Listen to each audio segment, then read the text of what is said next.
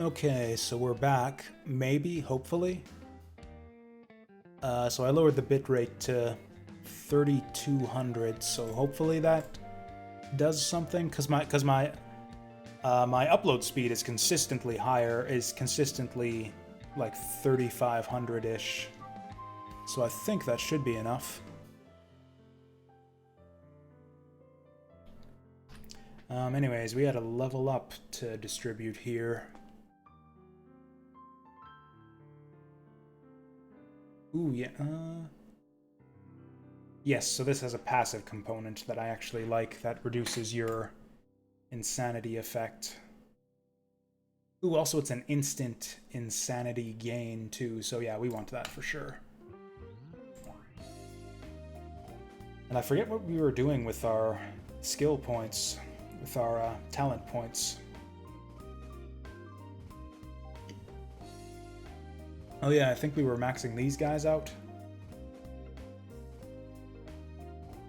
Yeah, that's a lot of magic.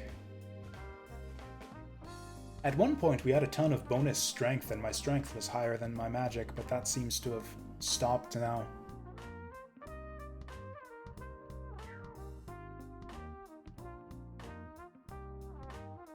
This seems like a big increase in damage. Like for a damage over time.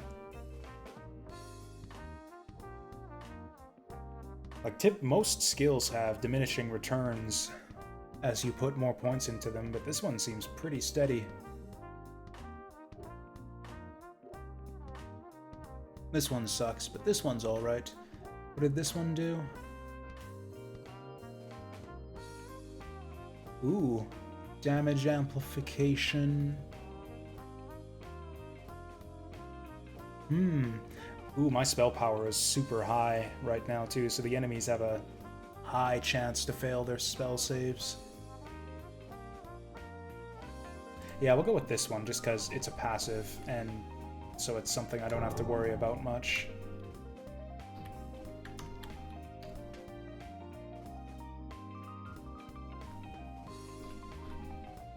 I don't know, I can't say I've felt the impact of Disfigured Face just yet. I think we've been getting most of our utility out of our tentacle abilities. Which is impressive considering that we only put 1 point into each of them. Oh shit. Tier 4 longsword. And Tier 4 mace. We're just getting all the Tier 4s on our minion now. Speaking of which, okay, so I've got Tier 3 armor already, so we're looking for Tier 4s.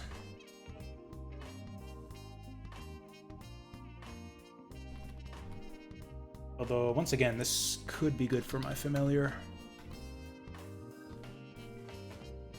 Also, Seer Justice, the Dragonbone Totem of Thorny Skin, is a really fun sounding power-up. That might be my favorite name for any piece of equipment I've ever found in this game.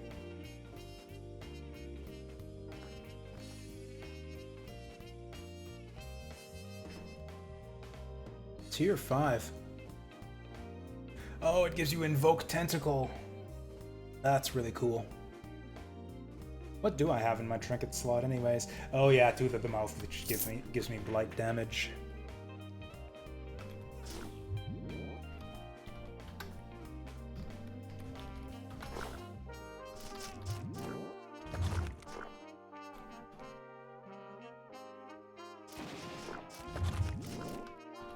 Oh yeah, let's actually put some of this new stuff on my familiar here, so I'm not even gonna bother. Oh, he doesn't have the strength. We gotta fix that. There, it's fixed. That was really easy. Okay, so he gets this. And this. Ooh, or is this one better? Oh, he doesn't nearly have the stats for that one.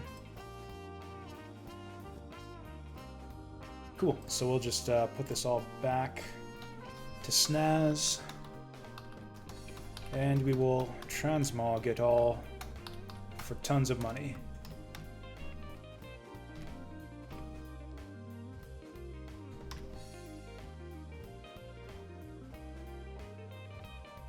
So he's got all the equipment he needs. Definitely go magic.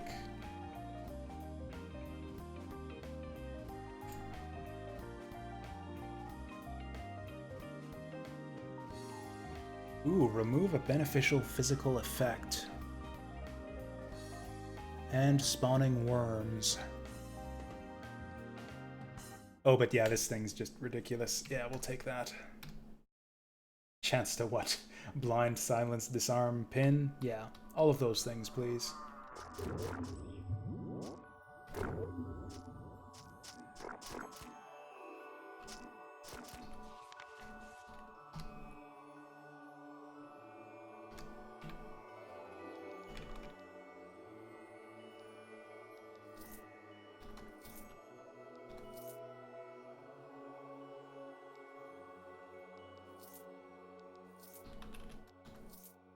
I think I wanted to keep these for some reason.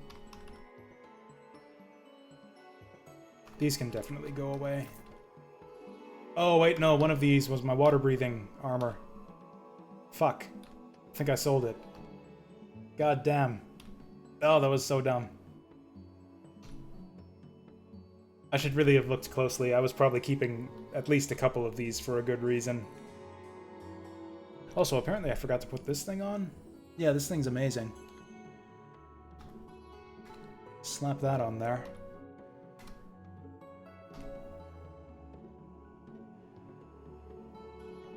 Oh yeah, you're right, we don't need water breathing.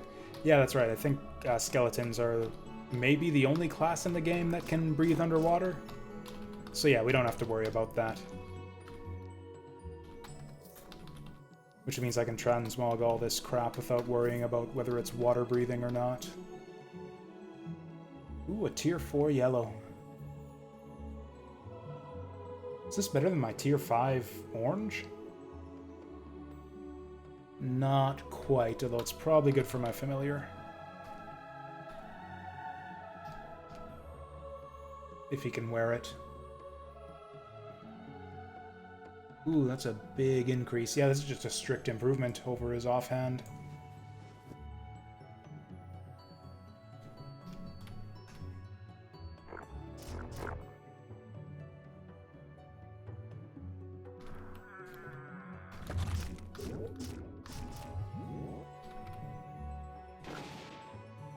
The fuck just happened? Oh, I think I got... Did I get swapped? What am I doing in the middle of a room, surrounded by enemies? This should not happen when you auto-explore. Like, you would think that the auto-explore algorithm would wake up by the time you get to this point.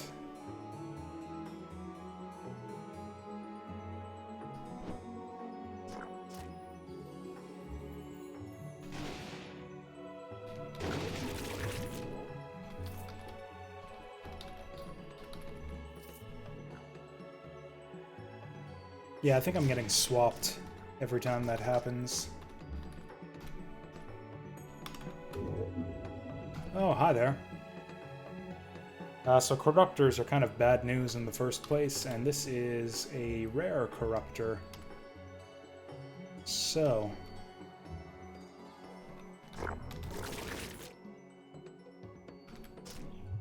Actually, he wasn't so bad.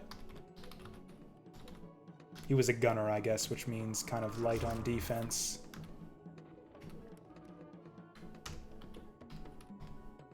That thing sucks. Yeah, we're getting to the point in the game where it's getting more and more difficult to find good replacements for our current in-slot equipment. All the stuff we have already is pretty dang good. In fact, what... I'll check after this combat, but... What do we want to keep an eye out for?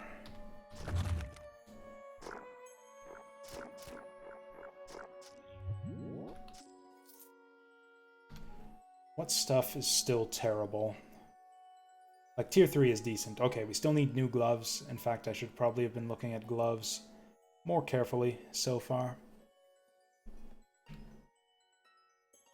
Oh yeah, so people were recommending anime to me before I restarted the stream, weren't they?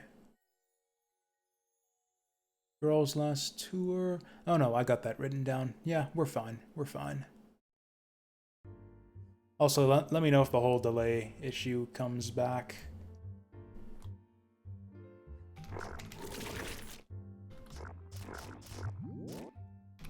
Man, I remember way back, like, what, a couple years ago, around when I first started streaming regularly, I was getting weird issues related to sound quality, where we would actually slow down my actual voice, and I would, like, just gradually over time, my microphone audio would get desynced from my webcam video, and I would start to talk real slowly like this. But you know, people just coming into the stream for the first time wouldn't necessarily notice. They would just think that I have like this really awesome deep voice just naturally. That obviously wasn't awesome right there, but it sounded pretty cool back in the day when that used to happen all the time.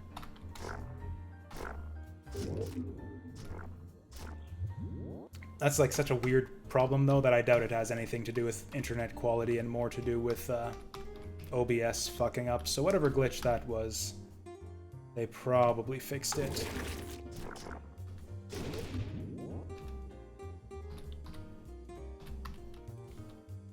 Well, hopefully it's just that I had my bitrate set too high. That would be my best guess, at least. Yeah, because I was like, I'm just looking at the numbers here and it looks fine. But, like, every once in a while it would drop down, just very rarely and just for a moment, but maybe that would be enough to completely gum up the whole works. Yeah, I don't want any of this crap. Oh, I think this is the demon floor.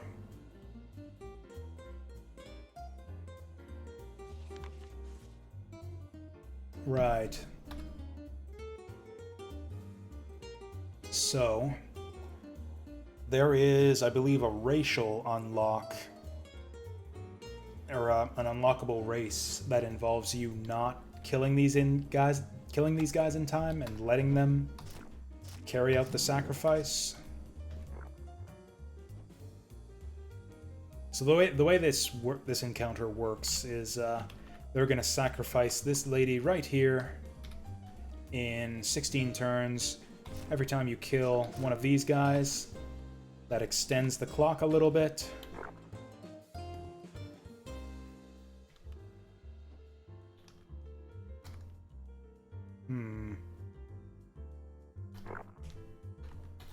Oops, I missed. There, you ain't going nowhere.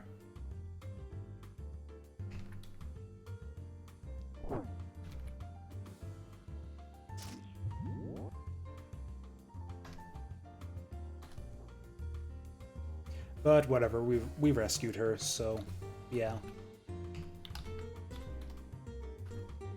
Also, yeah, super cute, isn't she? Yeah, I don't know, something about that, like, bloody, naked sprite there just strikes me as kind of grotesque. Like, when it's all zoomed out like this, it looks like she's just got her chest split open, which is kind of gruesome. I think it's just supposed to be blood dripping down, but it's always weirded me out. Anyways, we're not done yet. We still need to get her out of here. I don't think you can give her commands like you can with other escorts. No, so this can be challenging. Okay, so yeah, green guy there is the one that swaps you.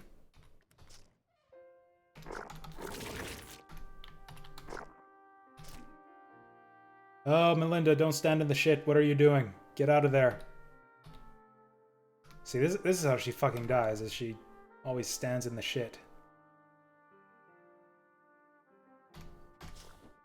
Oh, she's doing it again. There's too much shit. She refuses to not stand in the shit. She's not gonna make it.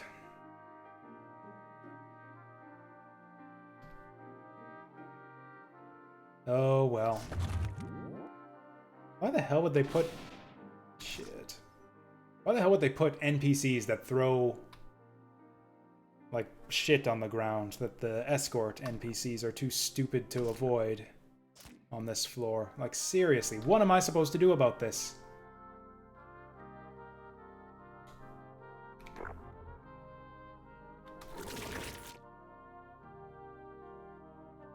I guess my own guy's also throwing slime and stuff all over the ground here, which is not great for her. Also, I'm dying all of a sudden. So that's fun, too.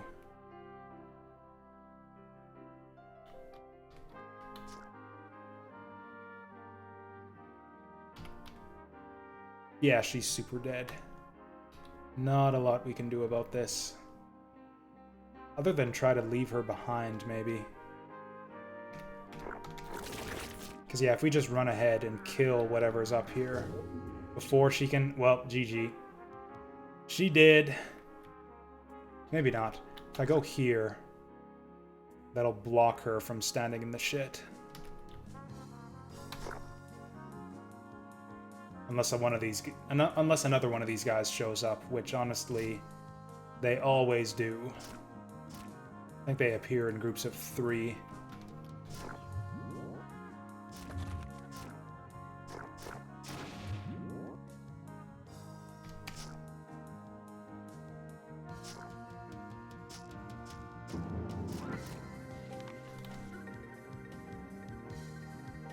Man, I'm getting awful layout here, too. Like, all these, like, T-intersections and crossroads and stuff. Like, why can't I just get a tunnel?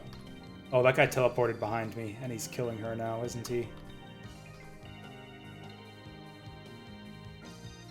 It's not really safe to use the whole run-ahead strategy anymore. With that imp teleporting around.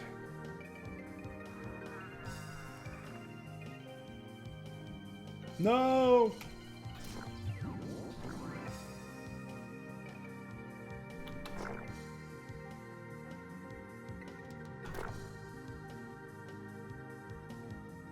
Okay, good. She was standing far back enough. So yeah, this is what you need to do, is just run way the hell ahead of her. So that she can't fuck anything up.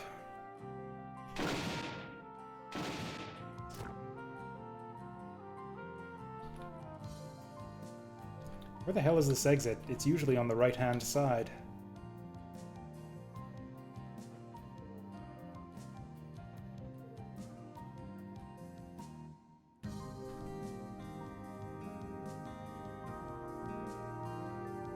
Like way over to the right, typically?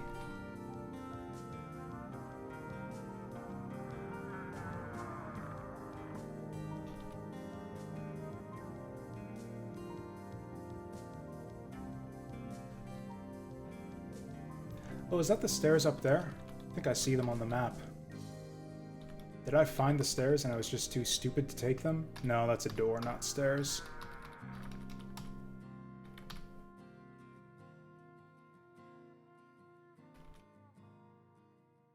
Oh, actually, can I target this number... this healing light? No, it only targets yourself.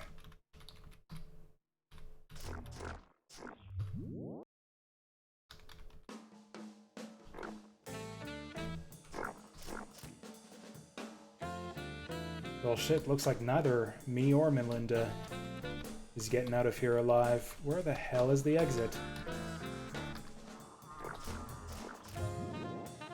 It's gotta be in here somewhere.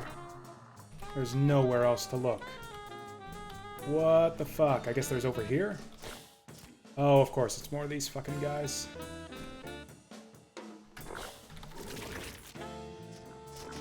Well, hopefully Melinda was far behind us. I don't even know where she is. I'm lost. Oh, is that the stairs over here? No, it's a treasure chest.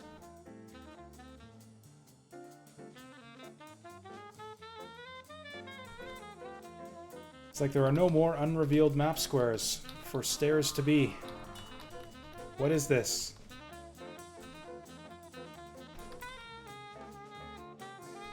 Oh, or maybe it's down here. Did I just completely overlook that hallway to the right? There we go, and I said it was, that the stairs were usually over on the far right, too.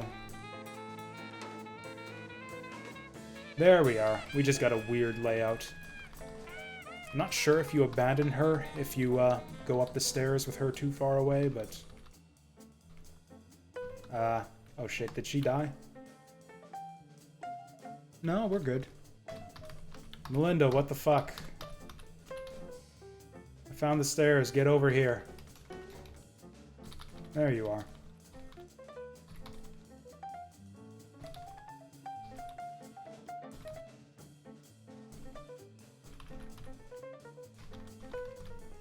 Good stuff.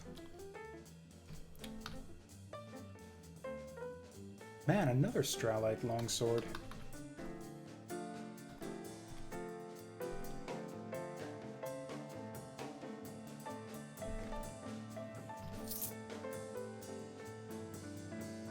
I'm not abandoning her. Oh, she won't, Right, I need to... This is annoying. So apparently she needs to be adjacent to you for you to exit this place. But the fucking worm keeps... Or actually, I can control the worm. There we go. God damn you, worm! Oh, and now she's following the worm. That's brilliant.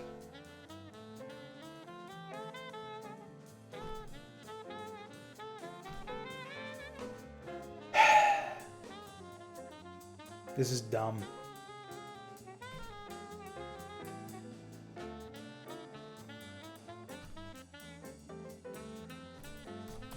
This is super dumb.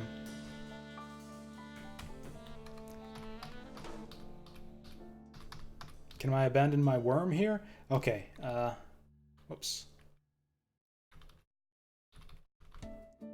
Like if I could get her to not follow the worm. There we go. There we go. God damn it! She's too slow and the worm is too fast. Okay, we'll just get him a big lead on her. Okay, too far away. Run, Melinda! Okay, we made it. We solved the puzzle. So I think Melinda belongs to someone in town over here.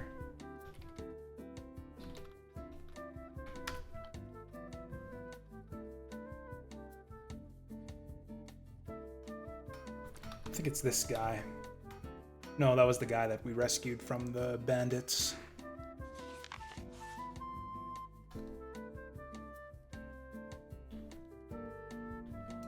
What do we got?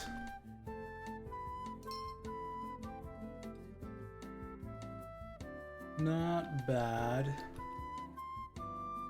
Oh, hey! So this could be fun. Forbidden Tome, the day it came. I'm gonna take that. I mean, it's forbidden and it costs 1,200 gold. Surely that's gotta be great. This thing's pretty good too. I'll check and see if I've got a ring better than that. Oh yeah, both of these are kind... This one's not amazing. I can probably replace that guy. Can you unsummon? I don't know how.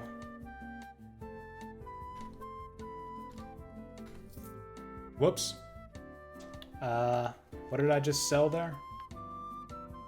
Oh, Decayed Visage. I don't think I care. And also, it would be really expensive to buy back anyways, apparently. Whatever, it's not super important. We'll, there, buy Inertial Twine is what I wanted to do.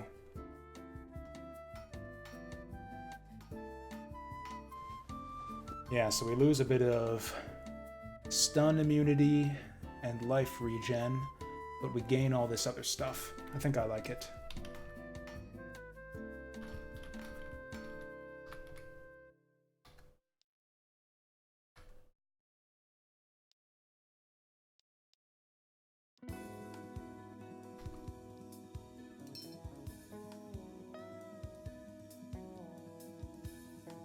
Did I pick the wrong option there? No, I don't think it matters.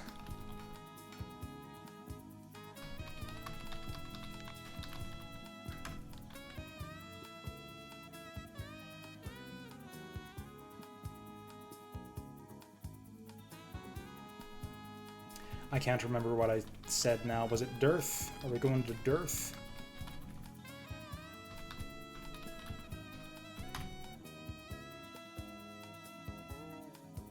I think your two options are Dearth and Magic Town, so I guess we'll just try both.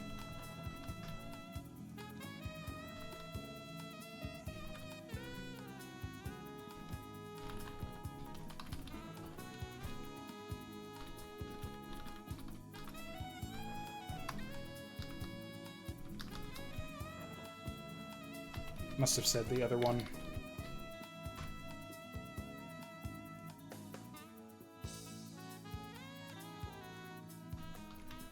I can't remember if the Melinda side quest actually gives you any reward. I think it's just like you get a waifu in your base and she'll smooch you every time you talk to her in base, and that's basically all you get, I'm pretty sure.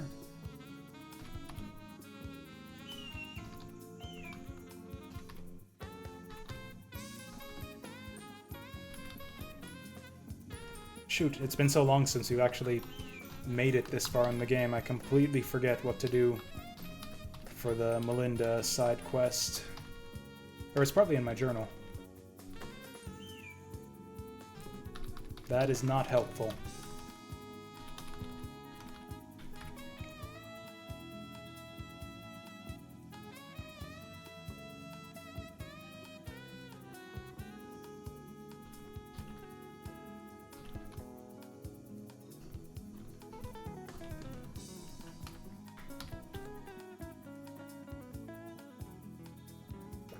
Let's see, is there anything else we want to do before we go to the second continent?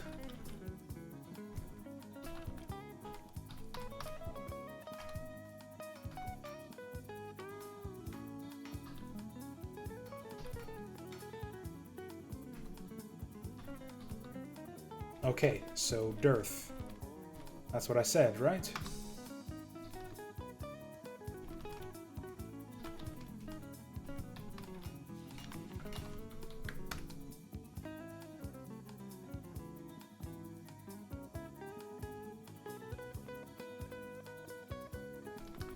Oh, right, so, okay. So the reason I was onto the whole anime sidetrack there earlier is because I was thinking, like, what's a way to combine my, I don't know, compulsive anime watching as of late with streaming. And I figured, hey, most modern JRPGs are basically anime, so maybe I could pick up one of those and play it here on stream over the course of, like, the next few days. Something like a Tales game, Tales of game. Not a Tale... I guess we're playing a Tales of game right here. This is Tales of Maj'Eyal, but no, like an anime Tales of game. Or like a... I don't even know what the popular JRPG series... Like something like a Xenoblade, except that one's only on Nintendo consoles that I don't own. Okay, so I said I'd put in a good word for her in Dearth, but there's nothing for me to do with any of the people in Dearth. Or maybe I have to do the Dearth side quest. Oh yeah, that's one thing we've got to do before we go to the second continent is get Dearth unfucked. Ooh, new Twitter UI? I gotta check this out. I don't know what it is with every website making their user interface just more and more shitty with every update. YouTube's been doing the same thing for years. Just every time they update the creator backend, it's like another 2 mouse clicks to get to your list of videos. Because that's like the only thing I do on my end on YouTube, is I go to the list of uploaded videos and I put in the tags and the titles and the description and all that, and every time they update the UI, it's like another 2 mouse clicks to get there. Twitter still looks the same as ever for me.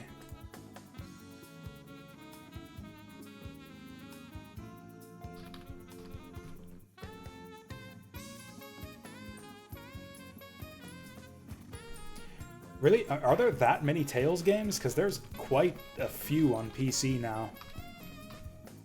Like, I think Vesperia, Berseria, Symphonia, and one other one are all on Steam now.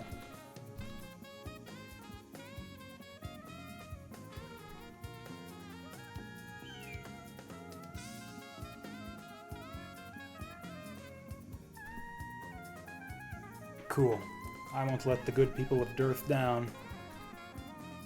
I mean, obviously, like, the old ones aren't on PC. Like, they don't have Fantasia or Destiny or the other ones on PS1. Or PS2, for that matter. I forget, or actually, Symphonia wasn't PS2, was it? It was GameCube.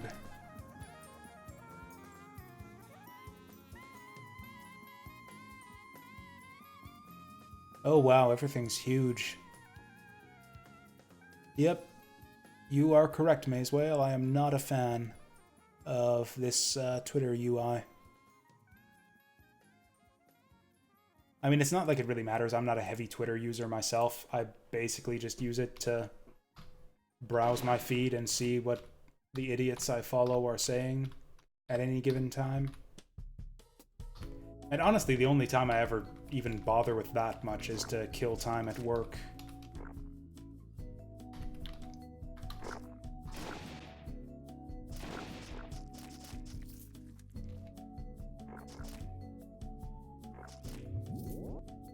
And I don't even really follow that many idiots. It's like, I think I follow like maybe 50 people on Twitter. I don't see how you can keep track of more than that. It astounds me to see that like most people who use Twitter seem to have like 500 people that they follow, which just seems impossible. That just seems unusable to me.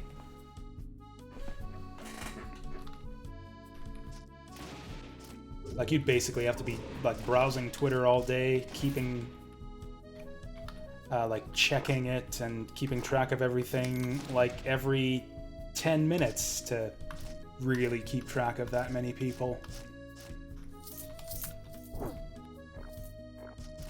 I don't know, most social media is just a total mystery to me. And honestly, I don't even, to be truthful, I don't even know what Instagram is. I hear people talk about it all the time. I've actually seen discussions about it on like the Twitch subreddit. It's like, oh yeah, you gotta have an Instagram if you're gonna have a Twitch stream.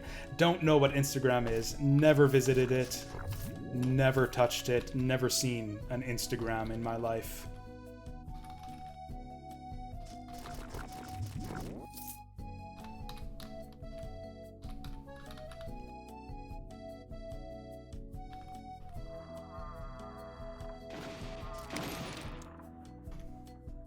Oh, hey, that's the guy. Yeah. Let's not get killed by him. Ooh, Tales list. So, okay, I've played Fantasia and Destiny, and it was either Eternia or Destiny 2. I was a huge fan of the series back when I first discovered it during the PS1 era. Whoop. Oh, my.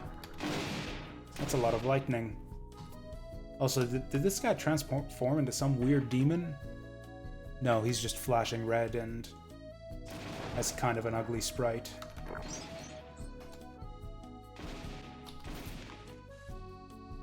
And then, yeah, I kind of lost track of it. Yeah, I played Symphonia as well back in the day. And then the next one I played after that was Xillia. And then that's basically it.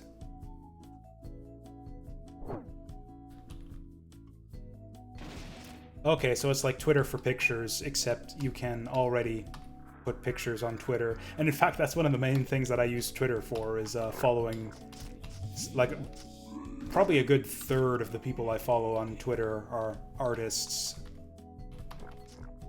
whose art I like to see when they post it.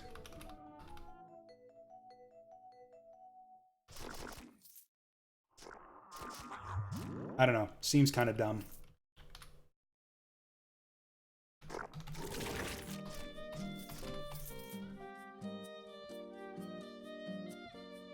But again, I don't think Twitter, like, they have literal pornography on Twitter. Like, you can follow porn stars, and they'll post pictures of their naked boobs all the time. Hell, some of the artists I follow post drawings of naked boobs all the time on Twitter.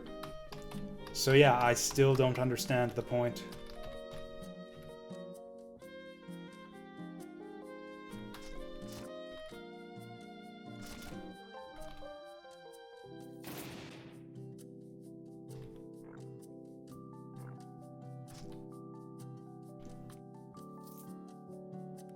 I guess if you're like illiterate or something and you want to get all of the picture tweets that people send without all of the words and thoughts and stuff.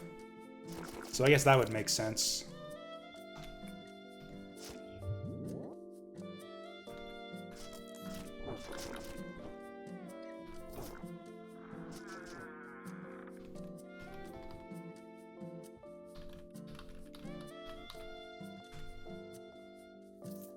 Oh yeah, I never did disturb these graves, did I? Hell yeah, I'll disturb the grave. Oh, for fuck's sake, he's a buzzsaw guy. Thankfully, he has more... Okay, yeah, he's stuck with more bullshit status effects than I am, thankfully.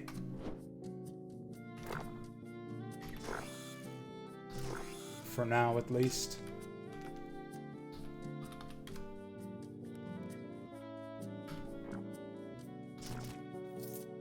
I mean, I'm talking about the Twitch subreddit. People say a lot of dumb things there. Honestly, it's another place that I only ever go to kill time at work. Almost everything that I see on the Twitch subreddit just seems wrong to me.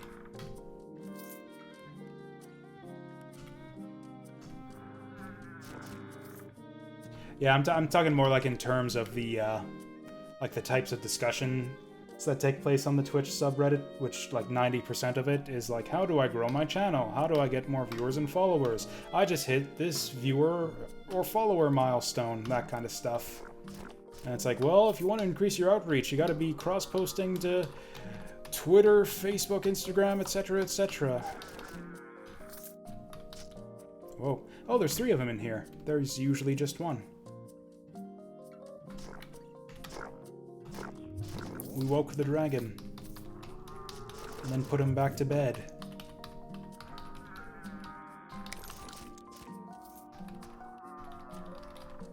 I actually like Reddit. I don't know, like of all the, I guess, does Reddit count as social media? It's like social media for people who live on the internet. And maybe this says a lot about me, but out of like the main, we'll say sure, social media sites like Twitter, Facebook, those types of places, Reddit is easily my favorite. Like almost all of the interesting discussions that I see on the internet take place on Reddit. Also a lot of garbage, but the occasional bit of interesting stuff. I was sure I saw another grave around here somewhere. Yes, disturb all the graves.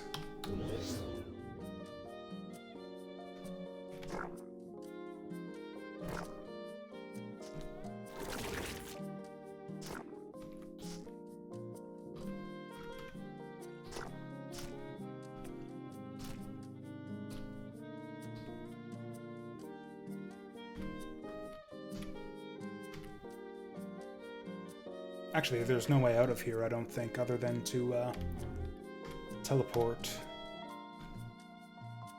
Wow, this is a lot of treasure. Didn't even notice we'd picked up this much stuff. Oh, we got another forbidden tome. I don't even know what these do. I think one of them, one time, teleported me into some god-awful hellscape with 1,000,000 powerful enemies that killed me.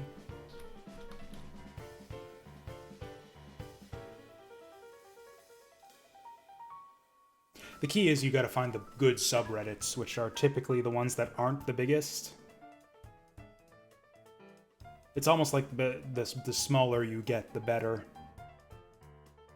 It's like gaming is horrible, but games is a bit better, which is smaller, and PC gaming is a bit better than that, which is smaller than that, and then true gaming is better still, which is the smallest good Reddit I've found.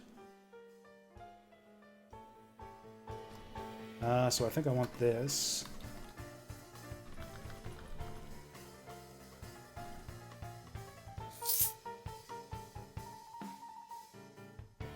Oh yeah, I don't post on Reddit at all.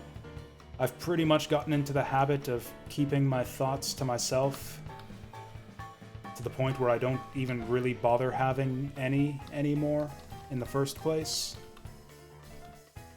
So do I have to go talk to what's her name again, or is Dearth just fixed now?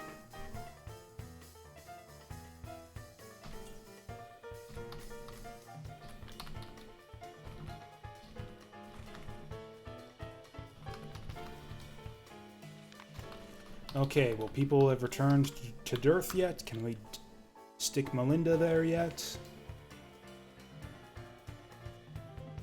If not, we'll just move on to the next continent.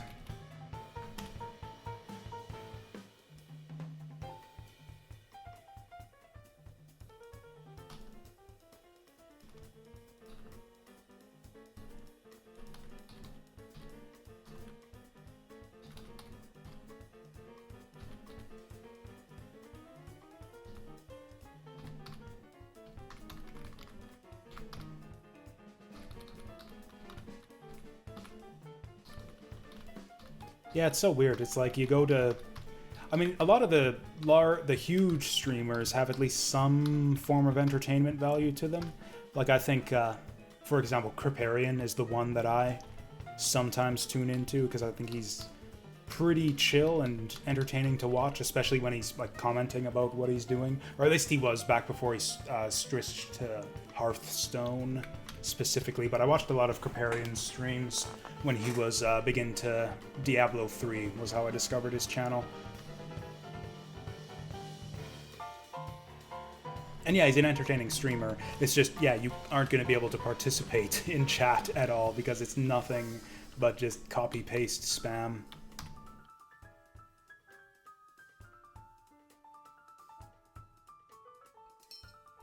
That's kind of the idea behind the Tome streams, is to be a snooze fest, because I usually play this game before bed.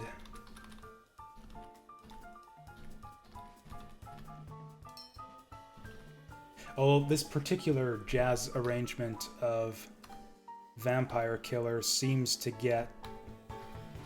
pop up on the playlist a lot when I'm playing this game. I've got like 10 hours of video game jazz on this playlist. It's just this one song seems to come up every single time I play.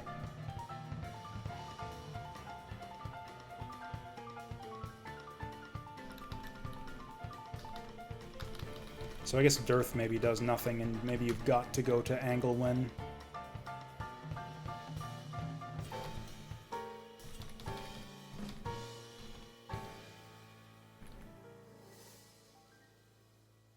Well, I'm stuck. I mean, I'm not stuck. We could just advance the plot and do what we're supposed to and go to the next continent, but I don't know what the hell we're supposed to do with Melinda. Did I fuck things up by telling her that I'm a nice guy? Or whatever that other option was that weirded her out?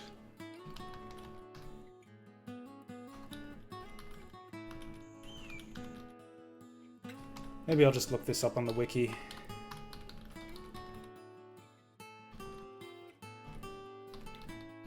Also, can I drown these guys?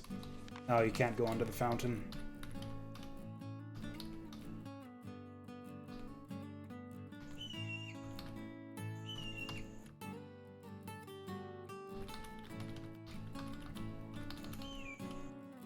Oh, also the music seems to have changed, so what is this nonsense?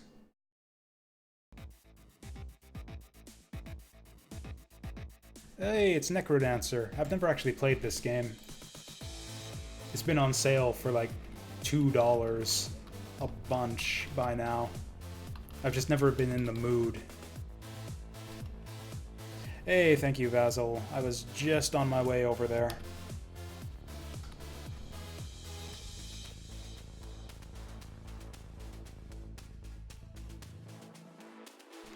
Oh, great, that's super helpful. Oh, if you say the right things. Okay, so it looks like I fucked it up, but your only reward is getting her to lounge around in your fortress anyways. I'm fine with that. We can move on. Was there something else I wanted to do? Oh yeah, you can do You can do Spellblaze if you want to. I don't know if I do, because Spellblaze kills me every fucking time. The boss here is ridiculous. Although Writhing one is also pretty ridiculous. Yeah, Elven Ruins is our other option, but I don't think there's anything worthwhile in there. Yeah, I think we're just going to the second continent. Golem isn't until you come back from the second continent. Yeah, let's just move on. I mean, I guess it's just the Melinda side quest. It's not like you get anything important from it.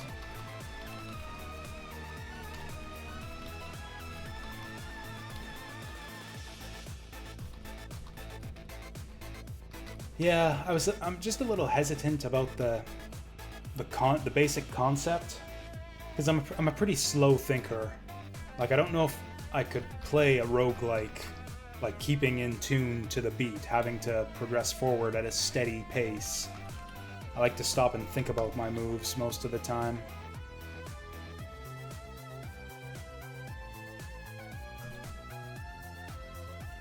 But, you know, for $2, I'll probably check it out someday. Maybe even just the next time it's on sale for $2. Oh, really? You can just ignore the whole rhythm sim aspect? That would actually be perfect for me.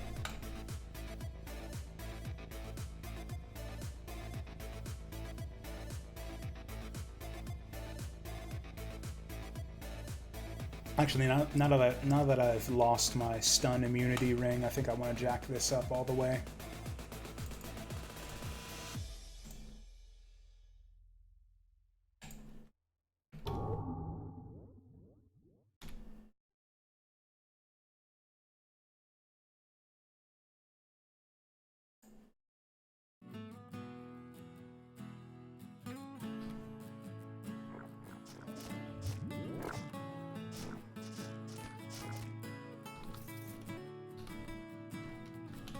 Guys, I think we are ludicrously powerful. To be honest, I don't think anything can stop us at this point. Okay, maybe this guy can.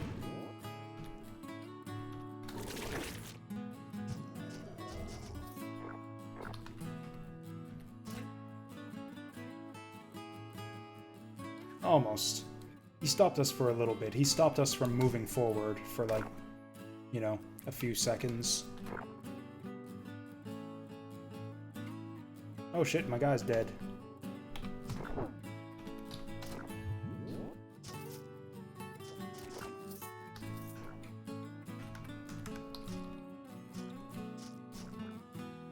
Yeah, I was kind of...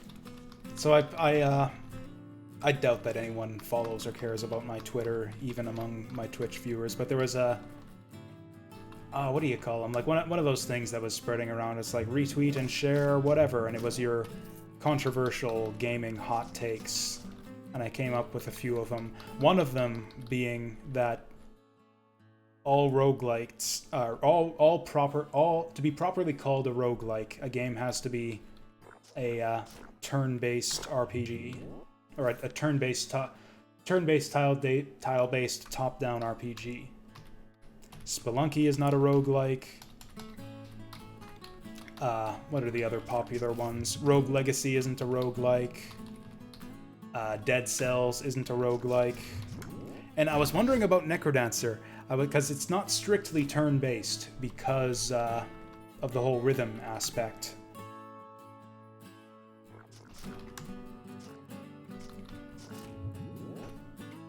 And I hadn't quite come to a decision, actually, on that one, whether the requirement to rhythmically tap the button and have it make a difference makes the game not turn-based.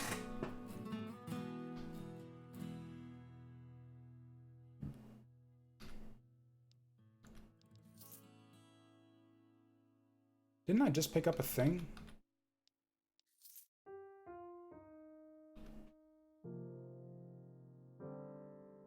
Yeah, so the hell is this?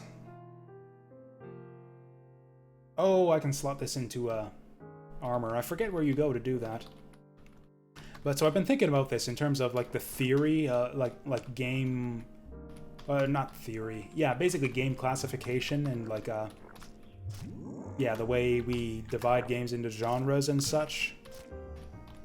And I think one of the most basic divisions when it comes to video games is turn-based or real-time. Like every game can be put into one, can be explicitly put into one camp or the other. There is no overlap between turn-based and real-time. A game is either turn-based or it isn't. And the criteria that I came up with is that any proper turn-based game is one where there is no, where input is not time-sensitive ever. Or one way to think, one test for that is at any given point in the game, you can stop hitting buttons on the keyboard. You can just not input anything, and it won't have any impact on the game. Like the time at which you press the keys does not make any difference at all. That's, I think, the proper criteria for a true turn-based game. Because really, you could define action games the way you just did. All action games are really just turn-based games, where the turns go by, you know, one frame at a time, even if you don't press anything.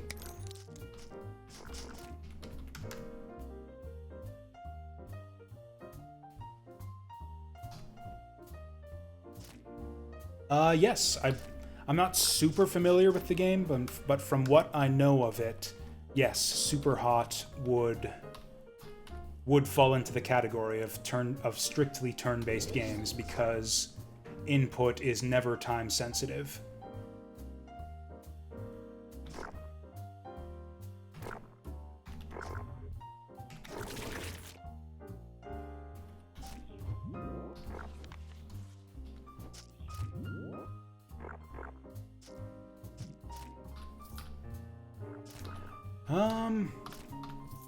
I mean, it's not arbitrary, just because, or I guess the fact that you would classify them that way is somewhat arbitrary, but I don't know, it seems like a useful delineation.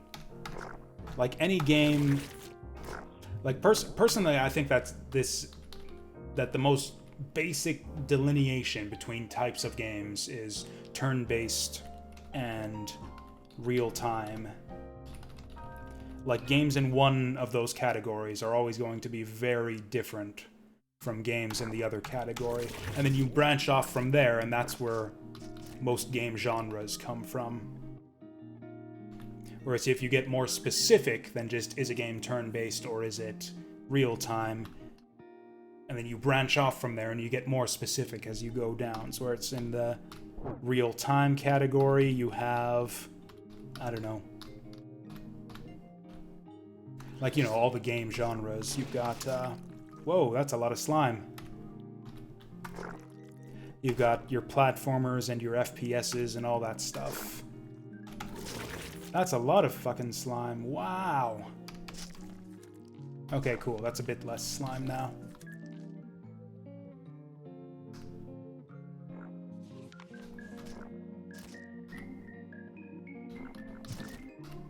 I don't know, I've seen discussion online about game genres and the way games are classified, and a lot of people seem to come to the conclusion that it's all arbitrary and meaningless. But I don't actually think that it is. I think that genre classifications are one of the most useful ways to find games that you're interested in. Just because, yeah, the surest sign surest way to find a game that you're going to be interested in is what is a game that is like this other game that I've played. If you like Doom, you're probably going to like these other games that are Doom clones, that are kind of like Doom and do things the same way that Doom did. And then hence we give birth to the Doom clone genre.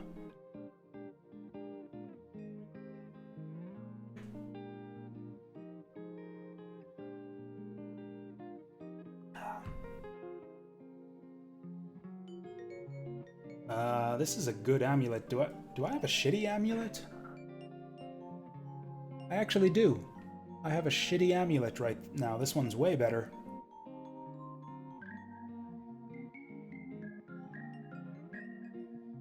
That's a lot of resistances, too. Tons of darkness resist, too, which is the main thing that our current amulet gives us anyways. Oh, those aren't all resistances. Those are damage. Okay, so we really only gain mind and light resist.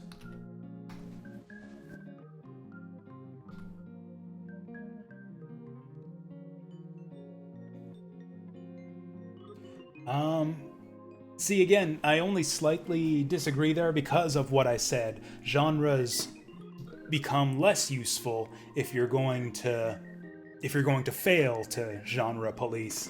I was just like, oh, you like roguelikes, huh? You'll like Dead Cells. And it's like, not really. It's like, oh, I like NetHack. You say I'll like this Dead Cells game. It's like, no, they're not similar enough to be considered part of the same genre.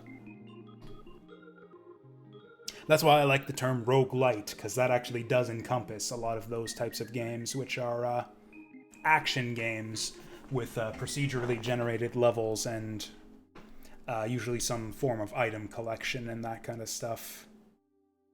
They form a different genre that's, very separate thing. And, a good thing. I like roguelites myself. It's just they are not roguelikes. They do not belong in the same genre as games like Tome and NetHack and Angband and that kind of stuff. Genre distinctions become meaningless if you're extremely loose with their application like that.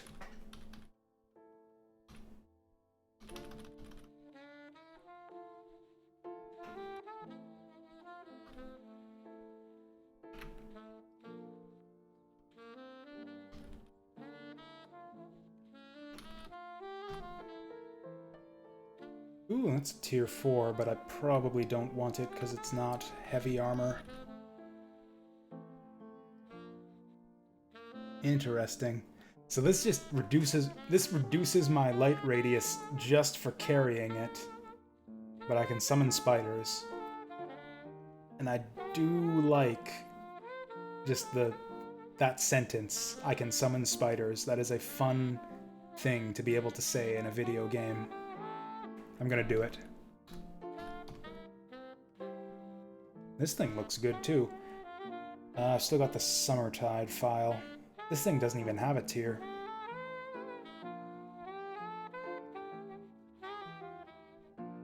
I mean, I guess part of it is how useful do you find genre distinctions. For me, I find genre, like if I'm going to... like say you've got a pool of like a list of titles of a database of every video game ever made. How am I going to narrow that database down and try to pick out only the games that I'm going to be interested in? The first thing I'm going to do with that list of games is separate them by genre. I think that is the most useful way to divide and classify games in order to find stuff that you're looking for, that you're interested in. Maybe other people have other criteria, but that's the one that's been the most reliable for me. So yeah, proper classification is, always been kind of important to me.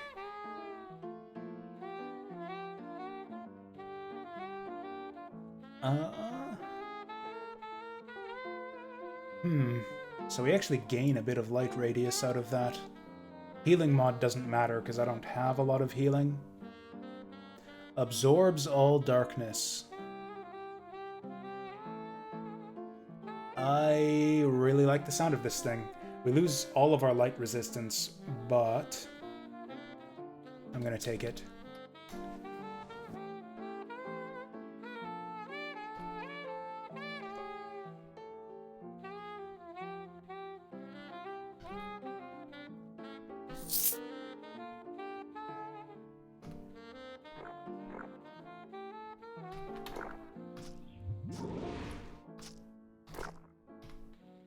Oh, whoops, I did it again. I got myself confused with my follower.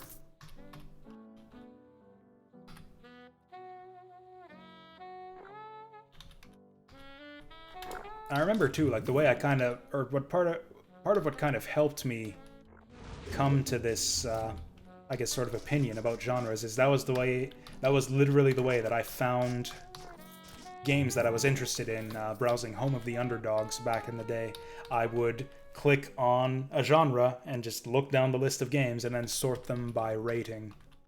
That's one of my other hot takes, is I think that community ratings and like user ratings are one of the other best ways to find games that you're interested in. Those were the two criteria that I used to find good games on Home of the Underdogs back in the day, which was one of the main ways that I played video games when because I was when I was too poor to afford to buy them. I would get a bunch of free abandonware and pirated games and stuff off of the internet, and one of my favorite sites for that was Home of the Underdogs. And the best way to find stuff on that site for me was to dig into a genre and sort by user rating. So yeah, in my opinion, those are the two most useful criteria for the two most useful data points, I will say, when you're just browsing for new games that might be good.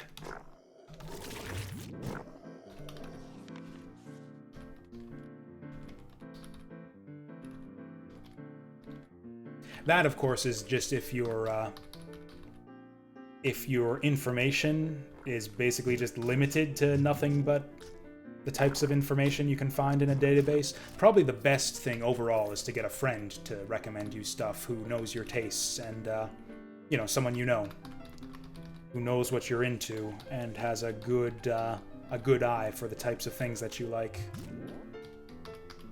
Say a few viewers of your Twitch stream or something who've seen enough of you playing video games to know the kind of thing you're into. That's the other thing is, yeah, I guess personal recommendations are probably the actual best way to discover good new games. I'm just talking strictly in terms of if you're limiting yourself to fields in a database, it's going to be genre and user rating.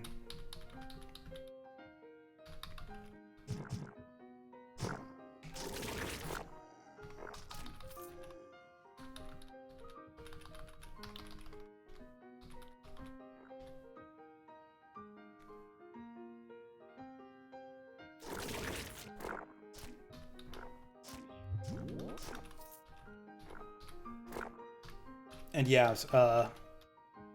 game reviews basically serve that same purpose. That was the other thing is, back in the day, when I used to read gaming magazines, I was never a news guy. I never read gaming magazines to see the upcoming releases or the gaming, all the new upcoming games and news and E3 previews and that kind of stuff. Never been into that kind of stuff. It was all about the reviews and looking for opinions on current games that are actually released that I can actually go and play. Yeah, I used to completely ignore the news and previews sections of game magazines back when I used to read them. It was all about the reviews for me. And yeah, there was a small selection of reviewers whose tastes kind of aligned with mine, I would generally pretty reliably like a game if they gave it a good rating. Very, very few though, and eventually there were fewer and fewer reviewers that I found who would whose tastes aligned with mine in that way. And eventually that number of good reviewers that I like kind of dried up to zero.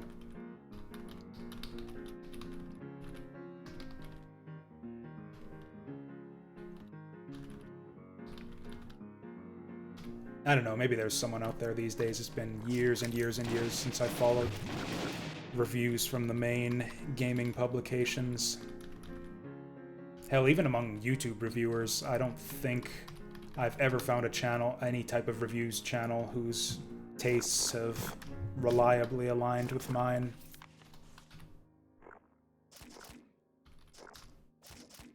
Closest I think I found was a channel called Antisocial Fat Man, but he's not around anymore.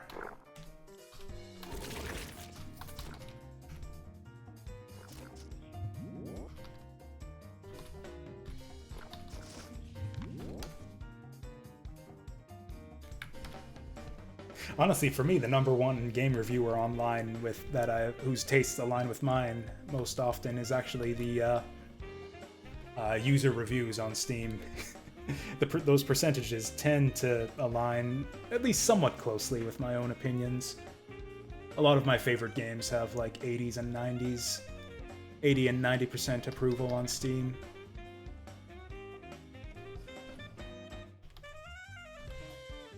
Yeah, he's been gone for a long time now. In fact, I think I discovered his channel actually after he passed away, but yeah, I like his videos quite a bit, and I agree with most of his opinions on the games that he reviewed.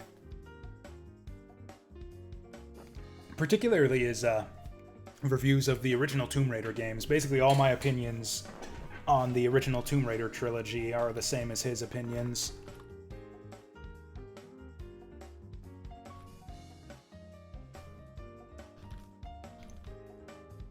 I don't think I want any of this stuff.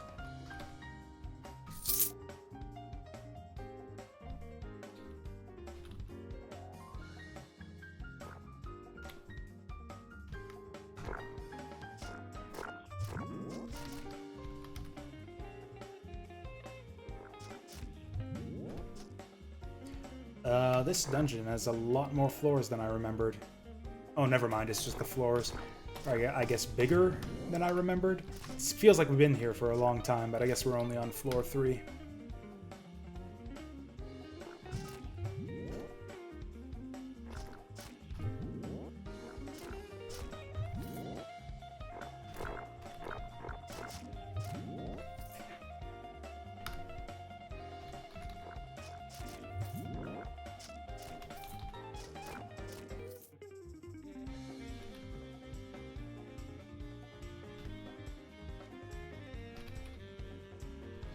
Yeah, I guess it's been about that long since I like really regularly watched a ton of YouTube gaming content. Are these guys all real? Is there a class out there that uses illusions? I think this is the real one. I think these guys are fakes.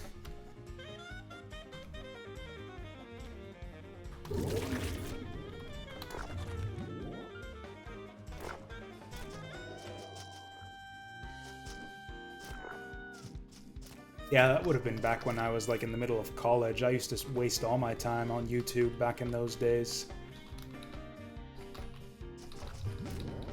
Hell, talking about how hard it is to follow like 500 different people on Twitter, I probably did regularly follow like well over 100 channels on YouTube and like actually closely followed them. Like I think I watched pretty much everything posted by yeah, Total Biscuit and some of the guys in the so-called Skeptosphere back then too.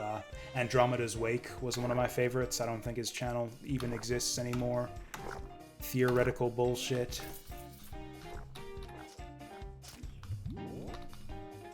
I guess it wouldn't have been called the Skeptosphere back then. In fact, it's pretty much an entirely different group of people than what eventually became the Skeptosphere.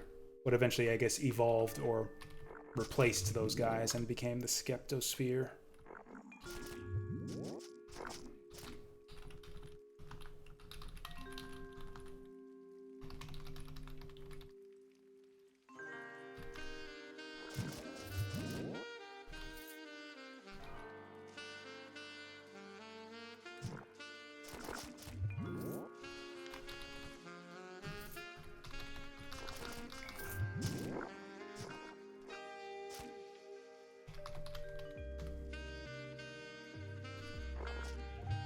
And yeah, I've basically gone from following like 100 different types of channels like that to basically just one. There's a kind of a socio-political commentary type channel I discovered like a year ago. Someone named Aiden Paladin. She does a lot of like social psychology focused stuff that I find really interesting. Not exactly my kind of humor, but the material is super interesting, so I'm able to look past that pretty easily.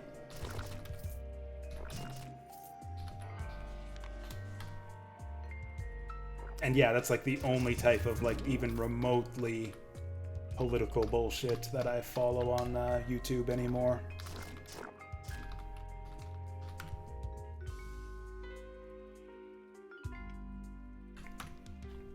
I think this is the big floor that leads to the gate to the other continent. How the hell are these tier 1 gloves still the best gloves I've found yet? Like, yeah, what, we lose armor, we lose dex, we gain resistances, actually, and quite a few of them. But even so, yeah, these gloves suck. This thing looks alright. Pretty much the only thing we're looking for on armor is resistances, pretty much, unless we can find something else that's super amazing. Whew, that's a lot of resist. I really would miss the, really would miss the life regen, though, so I'm not gonna do it. Yep, I've been pretty recluse. To be honest, I've actually become even more reclusive in real life as well. I've been moving towards dropping pretty much all of my weekly gaming groups. It's just, I don't know, doesn't do much for me anymore. I've also been thinking strongly about changing jobs to something where I have to deal with people a bit less often. I don't know if I'm just going through some kind of like weird long-term mood swings, but yeah, I don't know. To be honest, I can hardly stand to have people talk to me in real life anymore.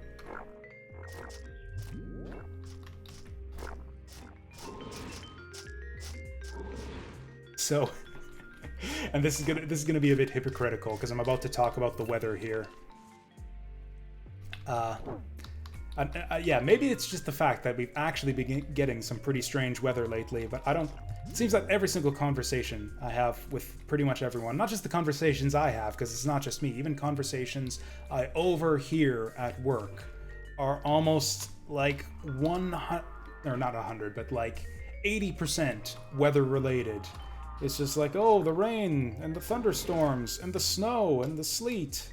And it's like, yeah, it's super weird that all those things are going on at pretty much the same time lately at various points over the last year. But yeah, that's like it. That's every conversation I hear with anyone. Either that or it's some TV show that I have no idea what the hell it is because I don't really watch TV. It's just, I don't know, I can't relate to anything that anyone talks about anymore. Oh, what? You know what? I forgot to take my prodigy. That's like level 24. I always do this. I always forget to take my prodigies at... Oh, no, it's level 30. That's right. It's 42, not 24. So we just got that. That is perfect. And also, once again, I'm not quite sure what to do with my talent points.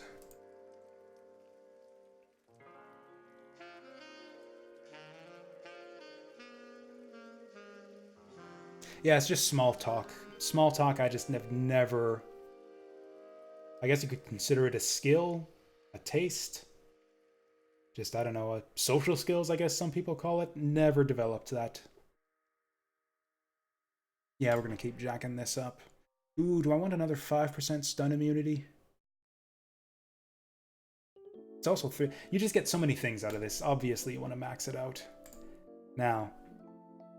I'm honestly even more reclusive, I think, when it comes to online interactions, because it's so much easier to just drop out of conversations. Like, I don't know.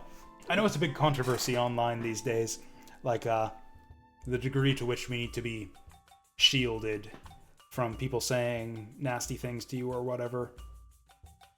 I've always found it super easy to just ignore that kind of stuff. Like back when I used to get into conversations on the internet, chat rooms, forums, that stuff. I was not a big forum user, but I posted in forums occasionally back in the day. And whenever I got the impression that someone was arguing in bad faith or was just a troll or some form of idiot, I just found it super easy to just drop the conversation and just not continue further. Like, not even in like a snooty way, like, oh, this is not hardly worth my time. You are beneath my concern, and I am going to exit this conversation now. Good day to you, sir.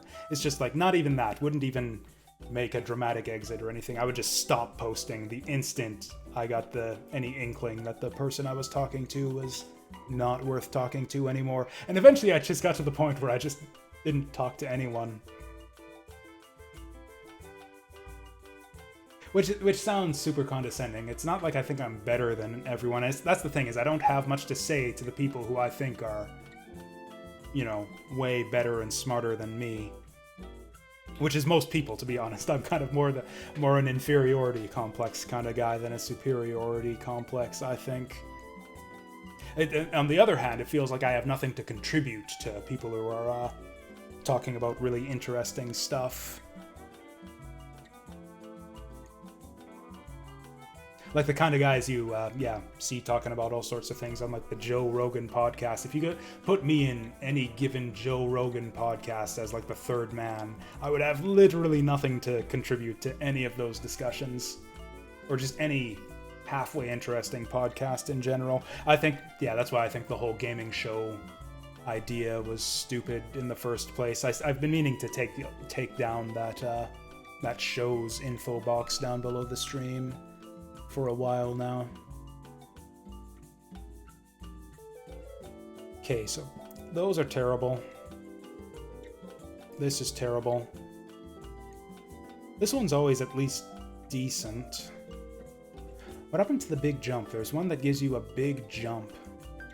That's always just really good as a generic thing to take. Like, any character can get some good mileage out of the big jump. I suppose I might get... I probably would be diagnosed with something if I ever went in and got tested or whatever, but I never have. Intensely skeptical that it would help anything, and I've never had the money for it anyways. Maybe at some point after I'm done withdrawing from all of my weekly social and gaming commitments.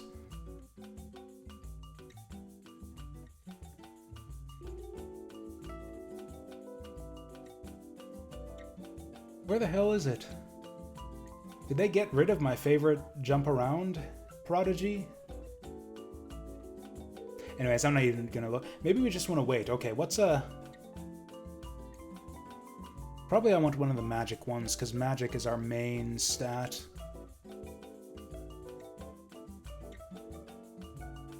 Tales of the Spell Days achievement with this or any previous character. How do I not have this achievement yet? Anyways, that one seems weird and complicated. Oh, hey, we do have some summons. This... I've summoned at least 100 creatures. We could go for this. Or are my guys on this list?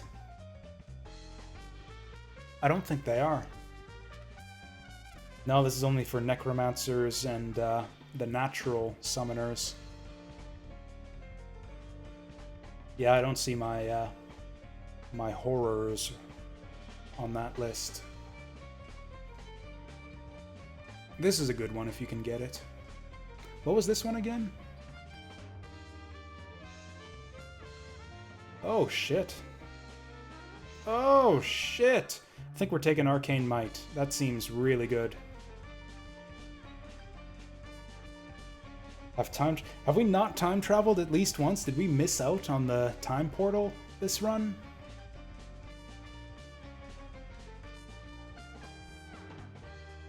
Gain pinning, bleeding, blindness immunity, temporal resistance, temporal damage, blah blah blah.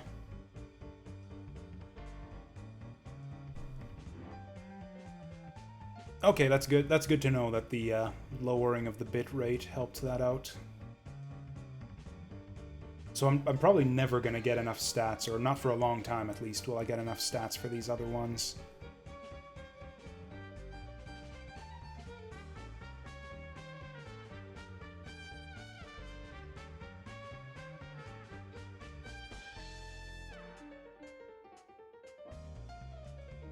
There we go. This is the one. Giant leap right here. Dexterity. I thought it was a strength one. Oh well. This is a really awesome one. It's like basically just super versatile. On a 12-turn cooldown, you've got a range 10, effectively a teleport that also deals a bunch of weapon damage in a radius. It is really cool. But we'll never get the dexterity for it. I'm just going to take Arcane Might. Because this looks insane. Like, this is exactly what we do. We do physical attacks, and we have tons of magic. This lets us use our tons of magic to do even better physical attacks, where we already do tons of damage with our physical attacks. So yeah, let's do it. Did that work? Did I get my Prodigy there? Yeah, we got it.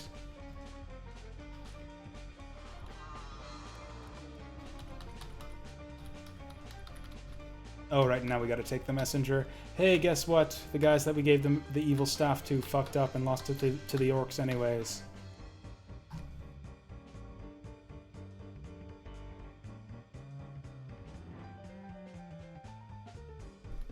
Oh, so like it was still happening even after I restarted the stream?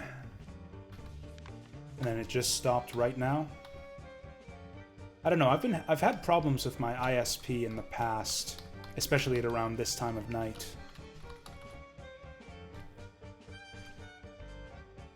We've got to use some kind of thing.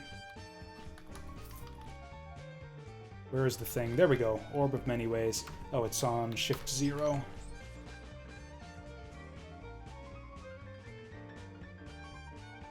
Oh, this is weird. So you get an achievement for siding with the orc instead of the elf here. But I've never... Like, the orc just always aggroes on you. I've never been able to get a character this far in the game that can somehow side with the orc here. You can kill the elf if you want to, but the orc will still be aggroed on you.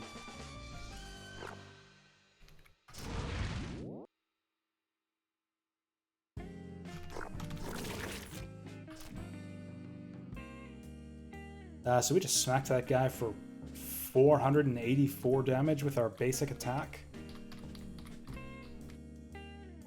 Yeah, I think that spell, whatever, Prodigy that we just took is paying off.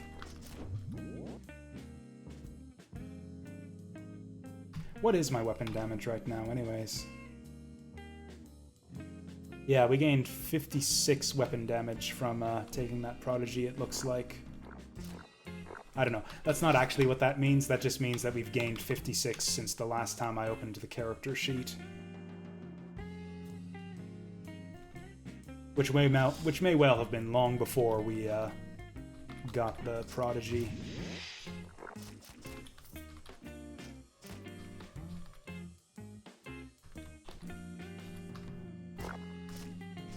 Swarms of bees still sound like elephants to me in this game.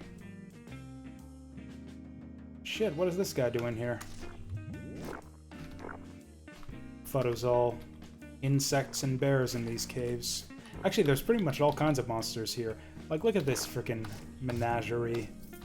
We got drakes, snakes, orcs, ogres, trolls. Actually, I don't think there are ogres in this game. Horrors, plant things, wights, blights.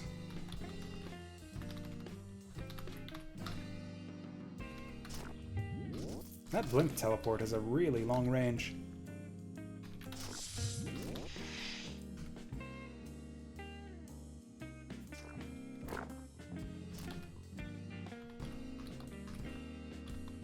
Well, I've said this before, but I honestly don't see how we lose this run at this point.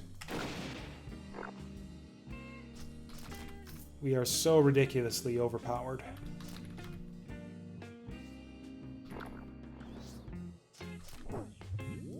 Oh yeah, that's right, Ogre is a playable race. And it's an enemy race in the dungeon where you unlock ogres. That's right, I remember now.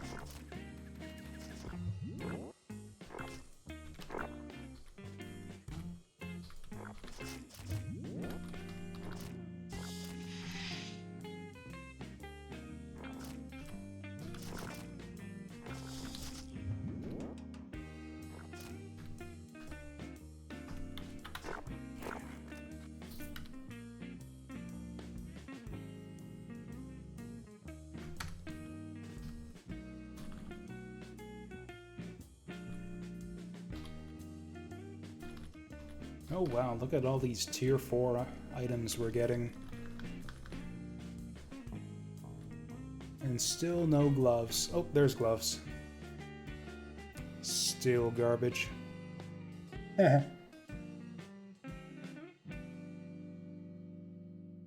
Yeah, animals seem to like me for some reason. Kids too, I've noticed, which is really strange because I don't particularly like animals or children.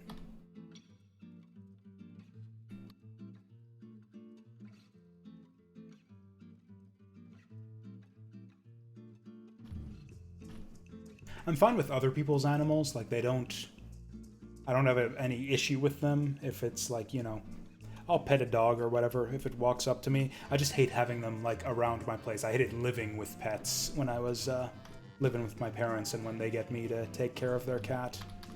I don't want them in my living space, making a mess of things.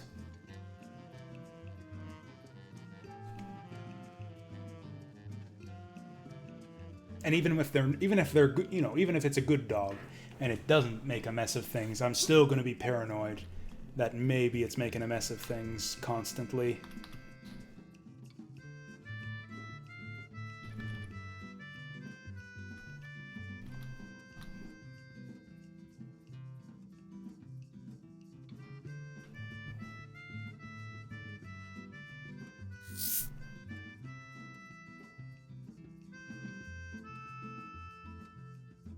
Look at that, we got our physical power up to the purples already. This is like an end game power level right here. Also, we're just about level 31. It's been... I think this might be the first time I've ever made it to the second continent in a recorded Tome run. Like, yeah, I'm pretty sure I've never been here before on stream. Ooh, do we get a better heat beam? It does more damage, but really the thing that you want from your beam is lower cooldown. It's cheap though, so I guess I'll take it. Maybe the little bit of extra damage will make a difference at some point.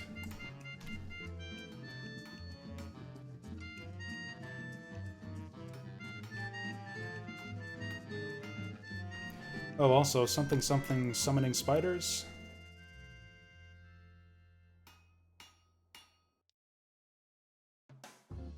Should this not be on my hotbar?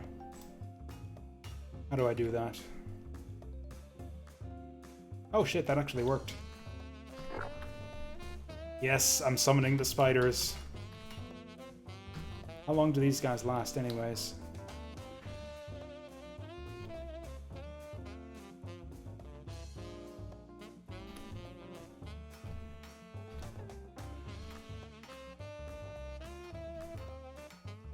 Okay, looks like about...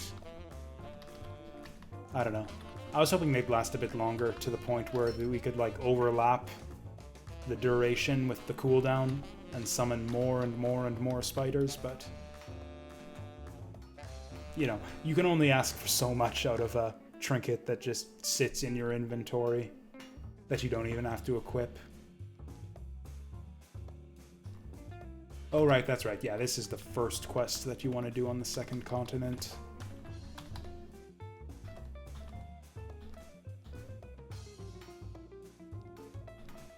So that's your main quest here, is to go to the 4 orc prides. That's probably the last thing you want to do on this continent.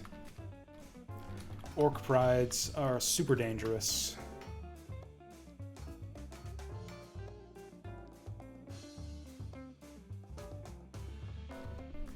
Okay, and so this is the quest line that gets you a portal back to the first continent. Speaking of which, I forgot to take my alchemist potion before we came here. That kinda sucks. But whatever, like I said, we'll be back. We'll have a way back to the first continent before too long.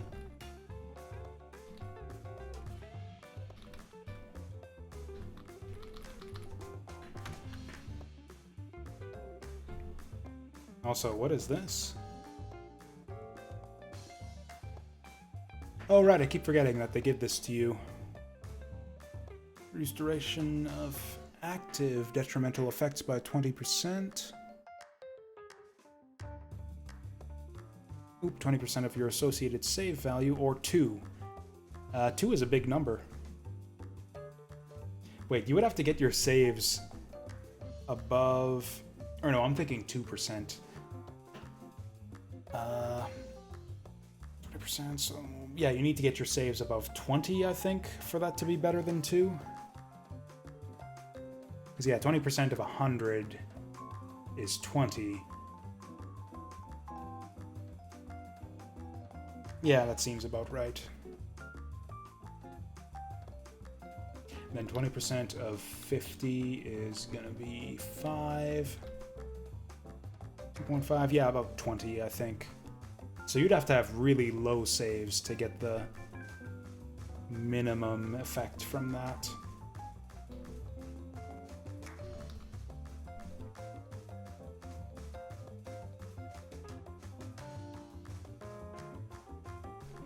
Oh yeah, Spider Cave is over here. Spider Cave is a pretty soft introduction to the second continent. It's way easier than most of the other dungeons you'll find around here. That was handy.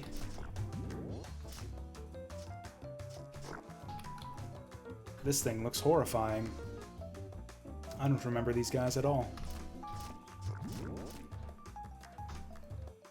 Rebel up. What do we do now?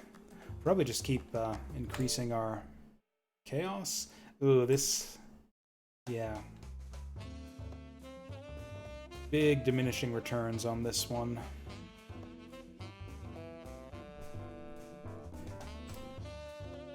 Honestly, I think I just want the stat points. Yeah, we'll just take this.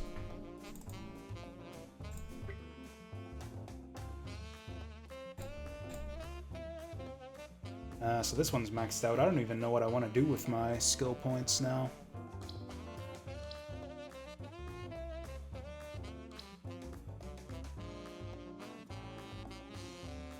Yeah, this thing doesn't scale great. Ooh, this reduces the cooldown by 2 even. That's pretty good. Ooh, this on the other hand is all resistance. You know what? I think it's time to jack up my summons.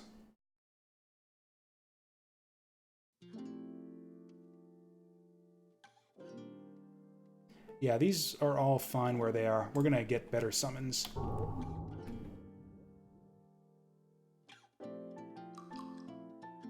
The hell was I waiting for there?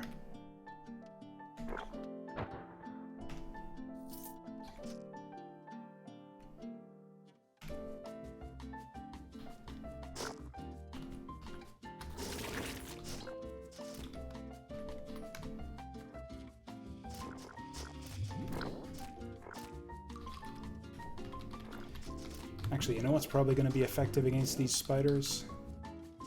Wait for it. Wait for it.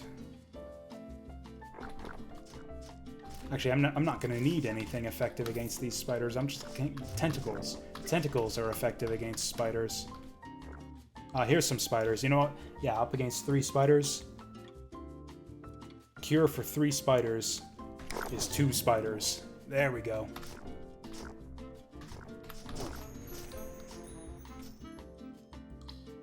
Who the hell made all this ice? Oh, it's my spiders! My spiders are ice spiders. That is amazing.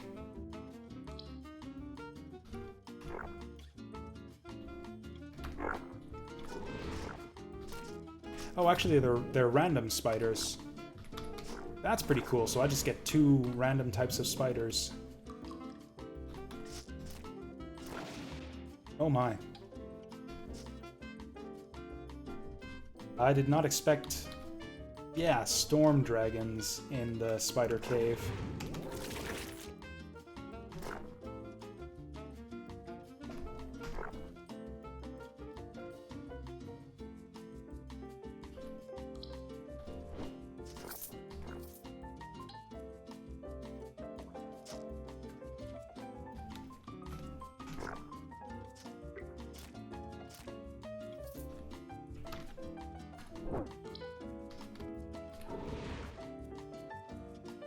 Oh, you know what? I think I've had Vampire Master of Darkness recommended to me here on stream before.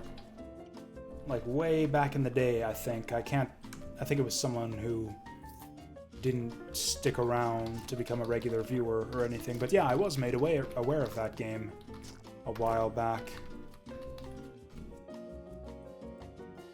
I've been meaning to get into the Master System library for a long time. I did it a little bit. I've played Alex Kidd and, what's the Mickey Mouse game? Castle of Illusion I played. And then I never actually really found any other games beyond that looked super interesting to me. So I kind of left it at that. But yeah, those two games were really good. I really, really liked Alex Kidd. Alex Kidd took some getting used to, actually. It took me a few tries at that one to really begin to enjoy it. But yeah, Castle of Illusion was super good. Like, that's a genuine classic, in my opinion.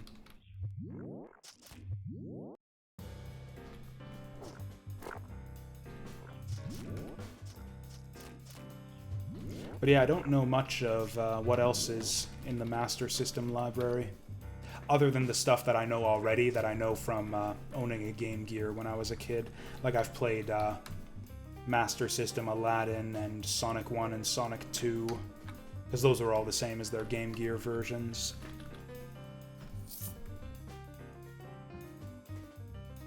Oh yeah, Deep Duck Trouble is another really good one on Master System. Unfortunately, it's got a big slowdown problem, which almost ruins the game, but not quite.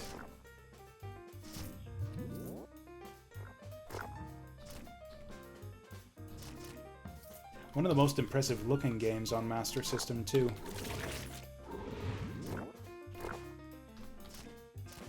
Hence the slowdown, I guess.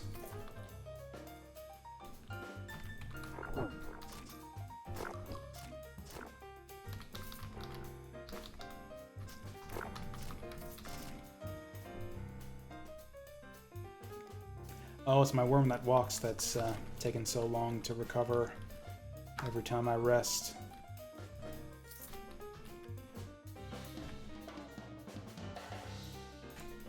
Okay, so we got this nonsense maxed out.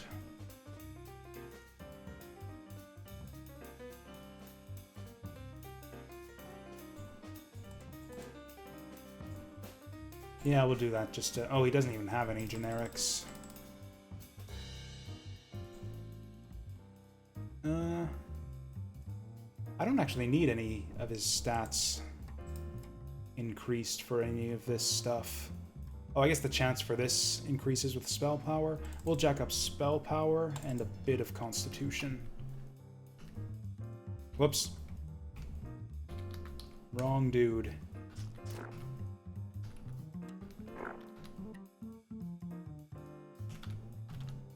Oh, I'm not insane enough. There we go.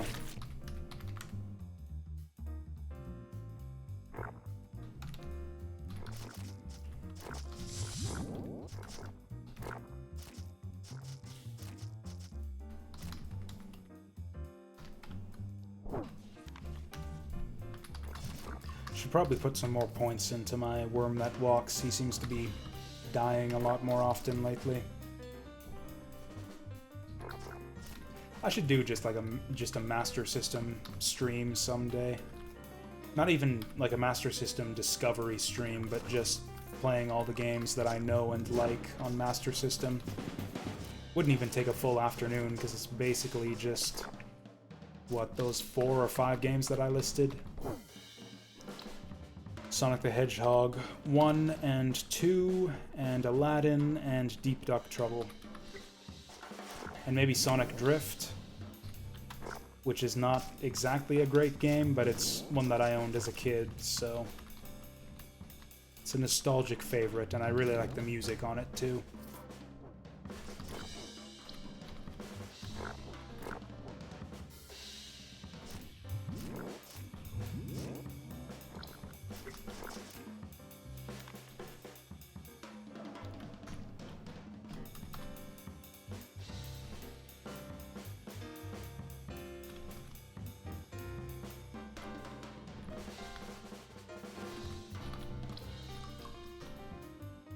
Hmm. And not enough armor.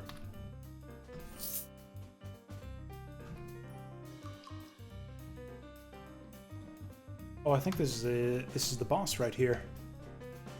Nope, just a rare.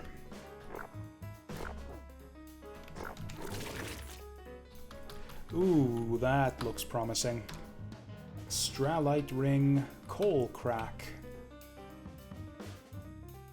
It actually sucks.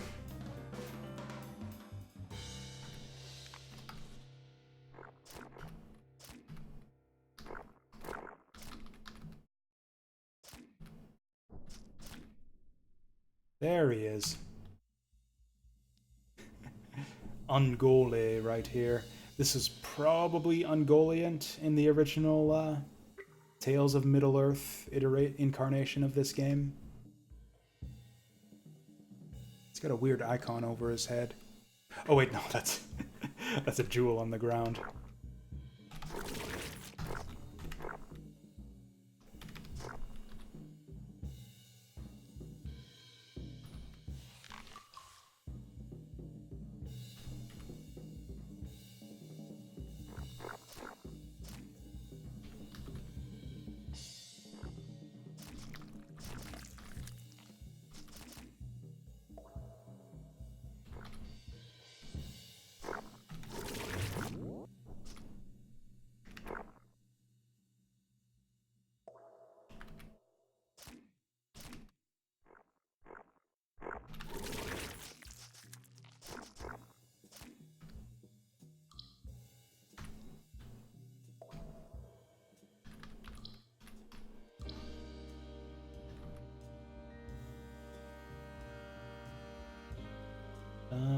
Oh, this one's a charm.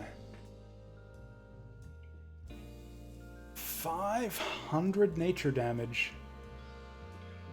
Based on magic, which I have tons of. I'm just going to keep this for fun. We're never going to use it because it doesn't give you stats at all. But 500 is a very large amount of damage. So maybe we'll use it someday. The rest looks not great.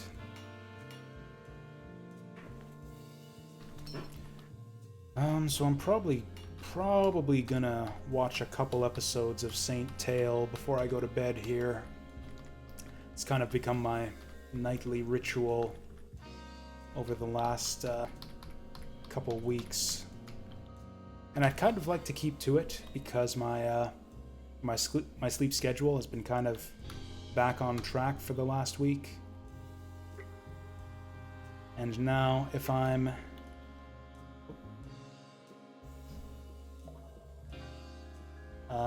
am going to watch some anime tonight, I would like to do it with some snacks. And if I'm gonna get some snacks, I need to... No, it's called Nightly Tales? What? Are you talking about Saint Tail? Saint Tail is the anime I've been watching lately before bed. Maybe I misspoke, or maybe... I don't know, whatever. An anime called Saint Tail. It's like it's a magical girl show from the mid-90s. I don't think it was ever released in... I might have misspoke. That happens sometimes. I don't think it was ever released in English. There's certainly no English dub that I've been able to find, and almost all anime that got released over here back in the day was dubbed. It's super cute, and I like the... So it's like a magical girl show, only instead of fighting monsters, she steals stuff. She's like a Catwoman type character. Only she's like a good thief. She steals from people who deserve to be stolen from. And then there's a little love intrigue, basically kind of a love story between her and the junior detective who's trying to capture her. It's been really fun for like the first 12 episodes or so, but it's been getting to the point now with most kind of formulaic shows like this where they're kind of they've kind of stopped advancing the scenario forward, and it's just kind of the same thing week after week. So I'm getting a little bit bored of this at this point, but I'll keep with it. I'll stick with it for, you know, at least the next few episodes.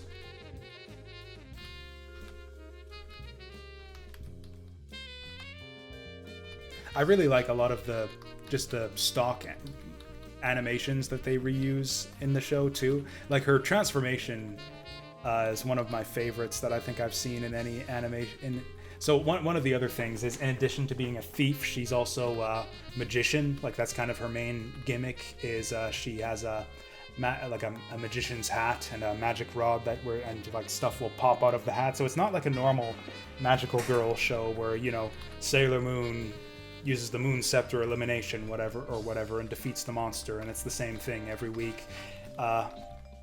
In Saint Tail, it's like she's got her magic hat, and so she'll pop some ridiculous nonsense out of her magic hat every week, and that's going to be the thing to resolve whatever pinch she's in. And it's a different thing that comes out of the hat every time, so it's like kind of these cool little magic tricks that she pulls out. That's, I don't know, it's a fun little show.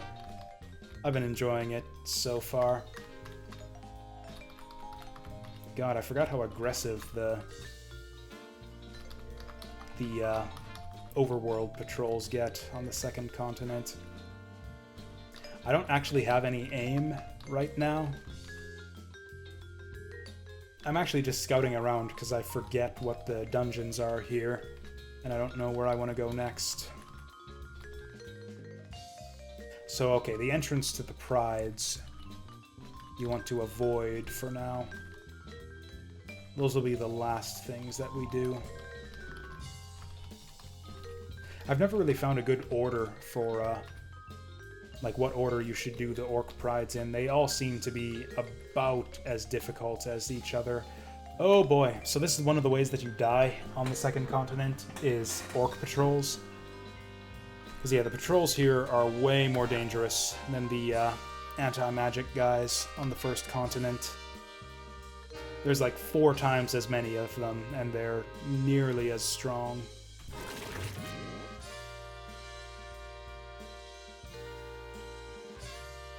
In fact, yes. Fly, my pretties! Yeah, we'll just get my spiders and my worm to deal with them. And yeah, stay the hell away from here.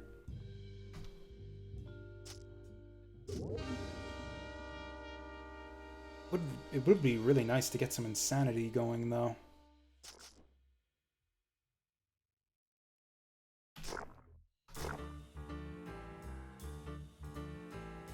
Because I want to summon my dudes. Whatever. Just play conservative.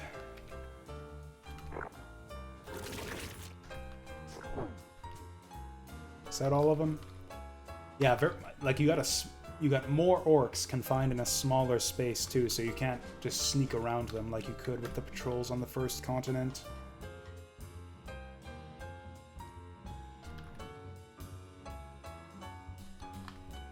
Pretty sure we don't want to go to the desert yet. Actually, I might want to go to the water dungeon since we don't need to worry about water breathing.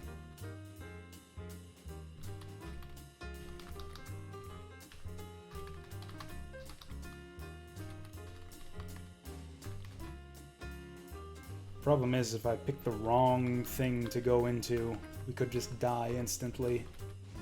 I think dark... Fuck.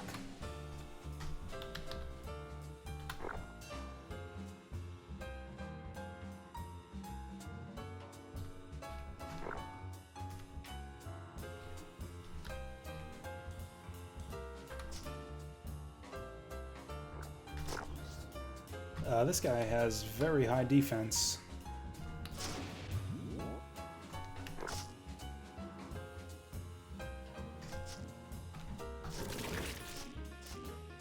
Oh my.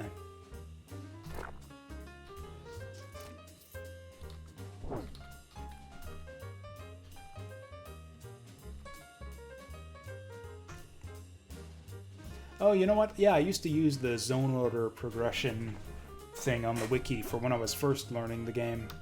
I stopped using it. But yeah, I completely forgot that this was a thing.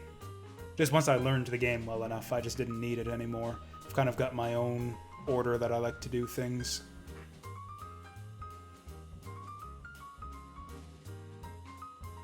Okay, so this was...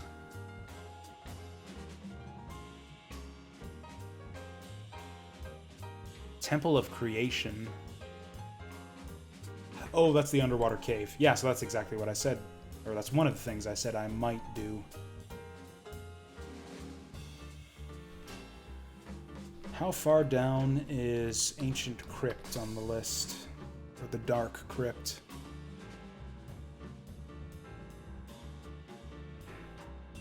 It's actually not on here at all. Or is that Shadow Crypt?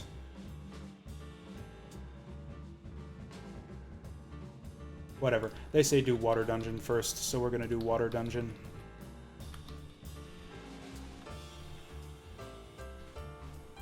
Wait, is this a thing? No.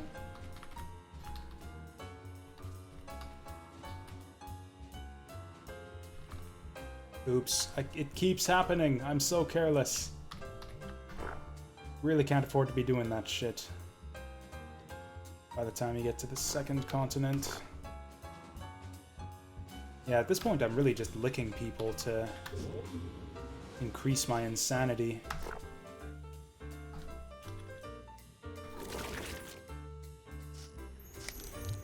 I've got the one new ability that lets me just pop it to consume my insanity orbs to get more insanity. The problem is you need chaos orbs to use that. And the way you get chaos orbs is by attacking stuff, which is the same way that you get insanity, so it's kind of not that handy. Oh, shit.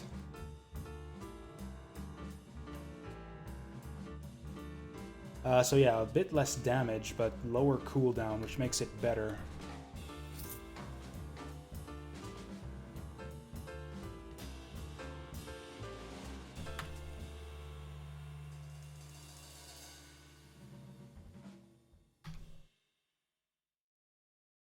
Dang, we've almost got another level up, too.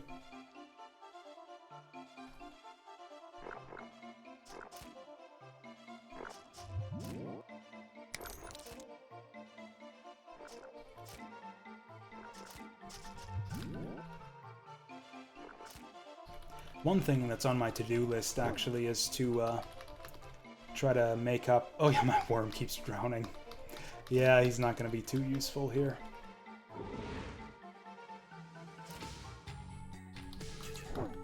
Anyways, one of the things that's on my to-do list right now is to make up an alternate playlist for Tome.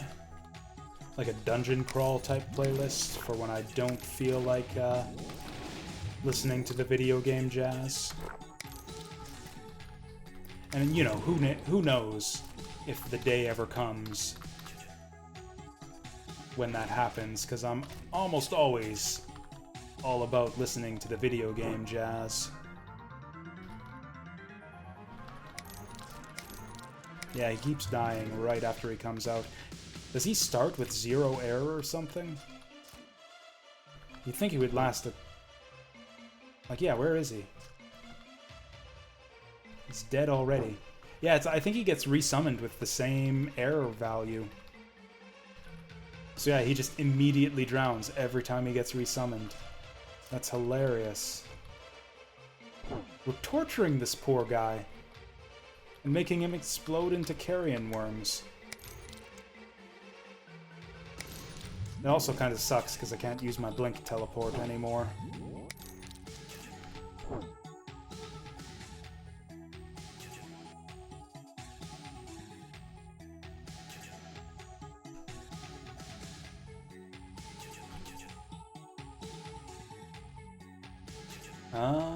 Right, so we get a choice to either side with the one dude or the other dude. I think it's what, the Naga or the Dragon? Or you can just kill both, which is, I think, the most profitable thing to do.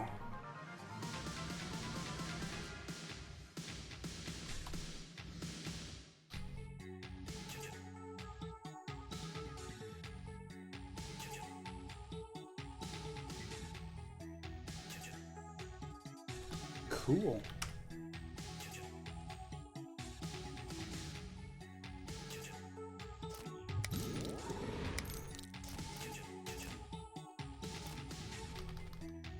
Actually, if I did accidentally sell some water-breathing equipment earlier, it actually is a bit of a shame, because I could have put it on my pet to have him around for this area.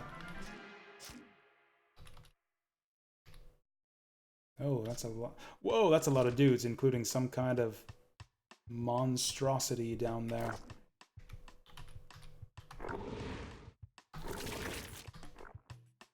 Oof.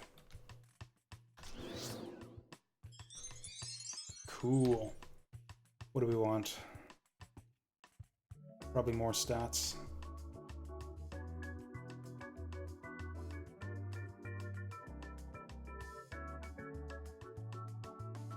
Do I keep on jacking this up?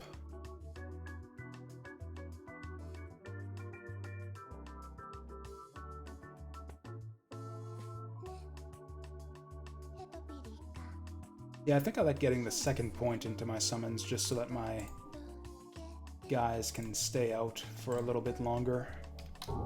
Like, yeah, you get a full 2-turn duration increase from that first point.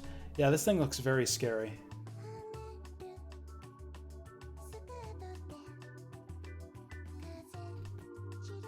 Or is this just the boss? It says he's unique. Hmm.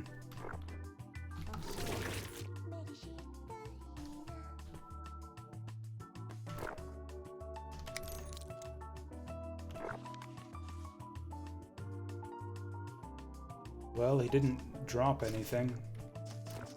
No, he's not the boss. There's another floor here. We go down and meet some Naga. Yeah, just right here.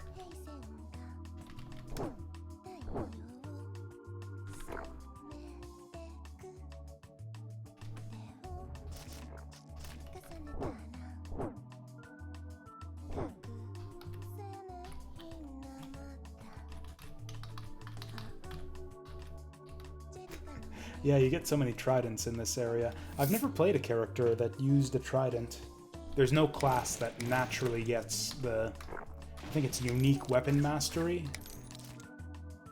Or maybe there is a separate trident mastery. I don't remember how it works, because I've never bothered with it. I think it's unique weapon mastery. And then, yeah, that's the one you want to max out if you're going to use tridents and whips and that kind of stuff, which I have never bothered with.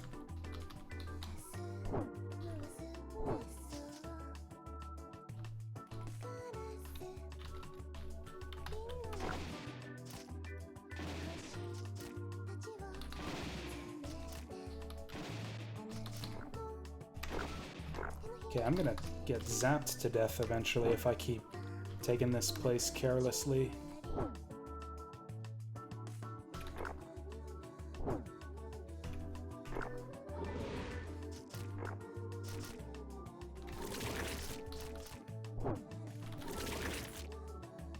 Actually, did he avoid my vomit there? Oh, he vomited back at me. How rude.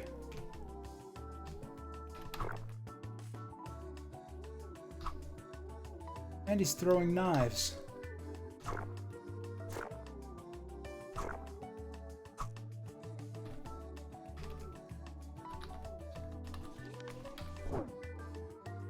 That tongue attack I've got actually has a very low cooldown.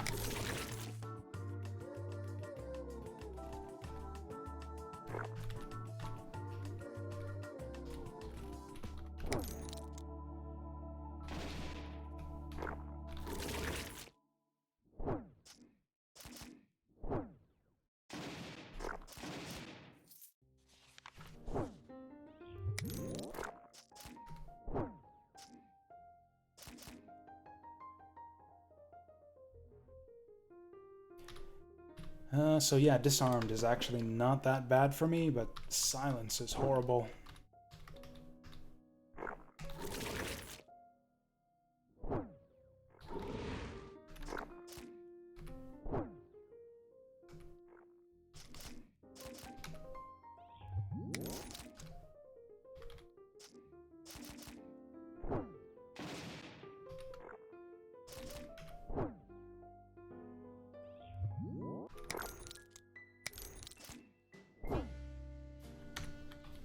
think this is the final floor here.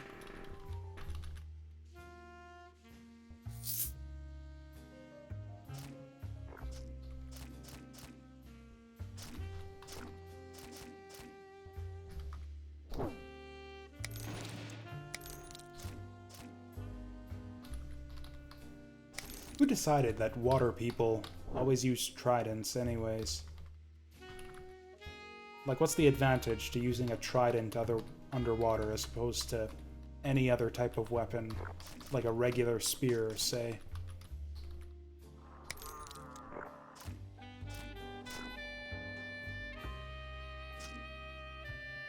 Is it just because Aquaman? Did he start the whole thing?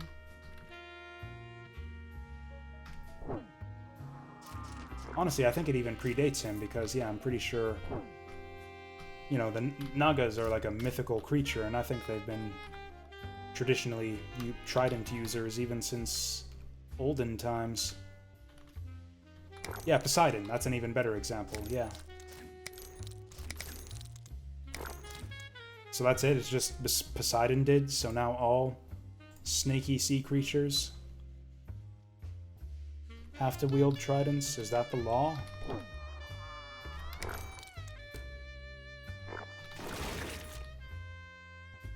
It's the law of the sea. Is Poseidon the guy that we're here to kill?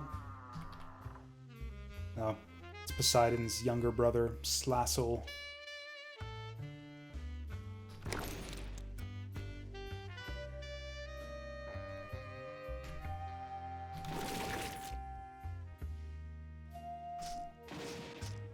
Is there any reason for me to be sitting in the opening of that room there? Let's just wait for them to come to me. Did I kill the boss with my vomit? Not quite. Oh, I didn't actually do anything to him. He has not yet aggroed on me. Oh, never mind. There he goes.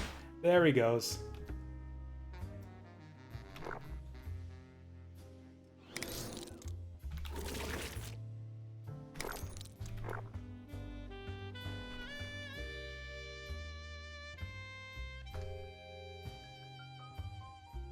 Oh, you know what? I've got skeleton healing powers. I completely forgot that I had this. I have not been using that.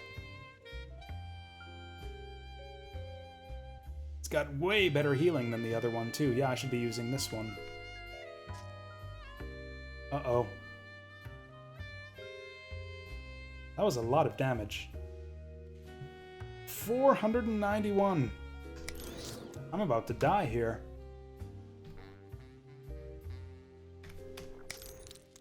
Okay, that'll help a little bit.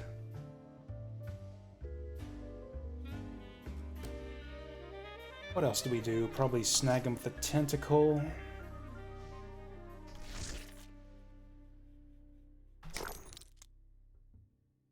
He's zapping me with the ice magic. And he seems to be healing, because he was almost dead just a second ago. This guy's a pain in the ass. Summon the spiders.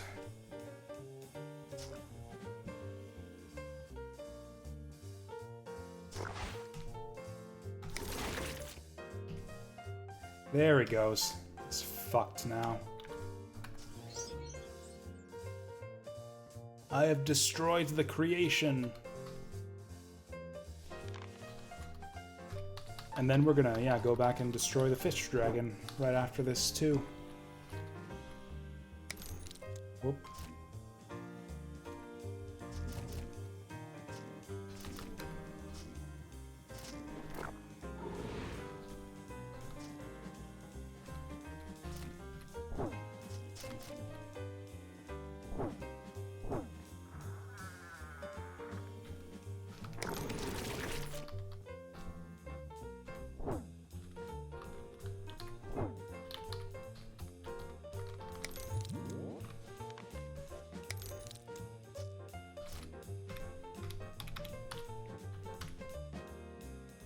Okay, what goodies have we got? Basically nothing. Basically, we've got all the best stuff that we're gonna find for the rest of the game now. That's kind of sad.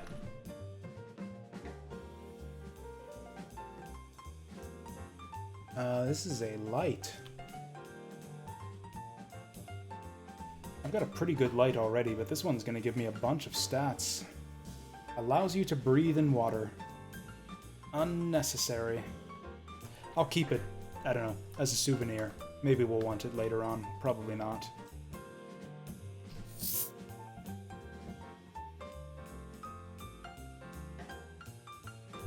So if I'm gonna aggro these guys, I should probably do it by the entrance.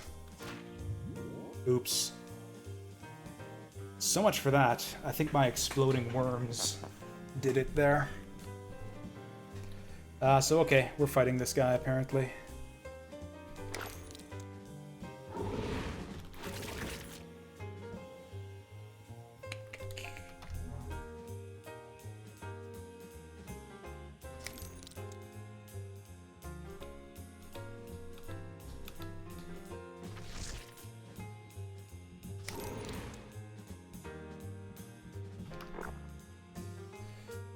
For some reason, I am really low on insanity.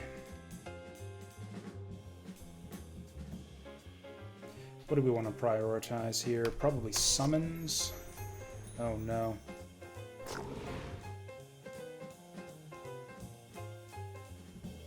Oh yeah, that's right, this one doesn't cost it. Yeah, this one generates insanity, it doesn't cost it.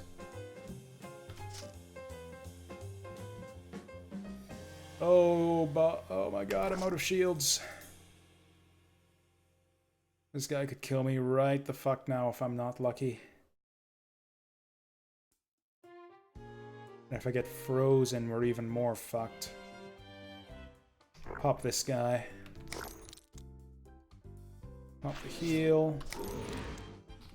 Oh, we've almost got him. Boom! I am the Flutter. I have killed Uncle Musquick. That's because that's a real name apparently. Yeah, get fucked, Uncle Musquick. Man, we got so many levels out of that little pocket of quests right here. Got like 3 or 4 levels doing all that.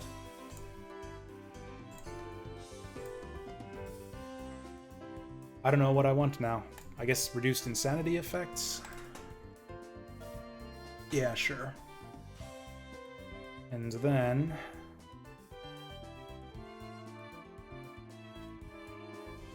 oh my god. Yeah, this thing gets amazing once you get it up to level 3 and then 5. Yeah, we'll go for this one next.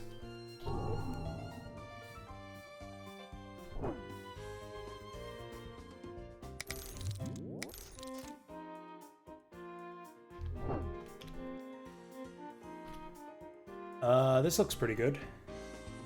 Oh, come on. Clinch cooldown reduction? Bullshit.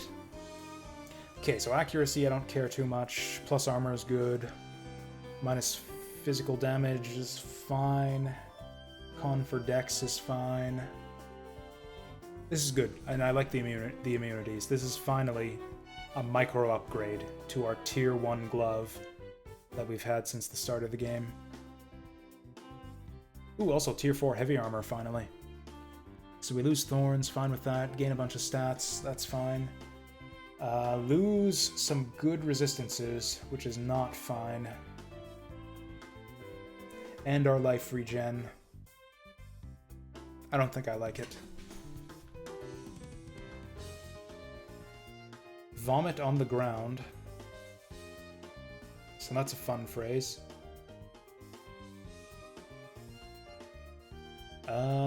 Oh yeah, I've already got a super good lantern. Yeah, we're not replacing that anytime soon. Oh, I forgot to check the heat beam.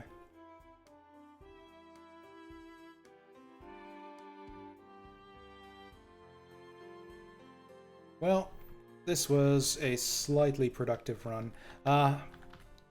It's not going to be quite the end of the stream, though. We're going to go shopping.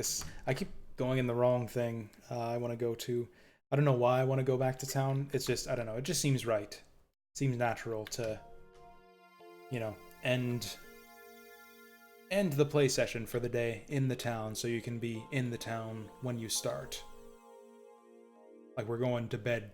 It's like we're going to bed in the game or something, just like we're going to bed in real life. You want to go to bed in a town. You don't want to camp out on the overworld where there's all these damn orc patrols running wild everywhere. Where is my summon? Wormy? Wormy worm? Okay, it is waiting for my worm that walks to get to full hit points, and, where is he?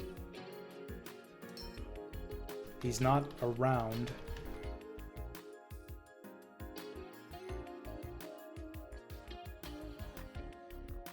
Negative 65% life. Level 33. Ritu. That pretty much sums it up. I think the worm that walks is bugged, and I don't know if we're ever going to be able to get him back. Do I have to go back to the underwater dungeon? Well, anyways, whatever his problem is, I don't have time to deal with him, because I gotta go get to the convenience store so I can get anime snacks before bed. One thing we are gonna do, though, is we're gonna do a little bit of Steam shopping here to see if there's anything that I want to get for tomorrow's stream. Or I guess tomorrow we're still doing Bloodstained. Just a little bit, though. We're almost done with Bloodstained.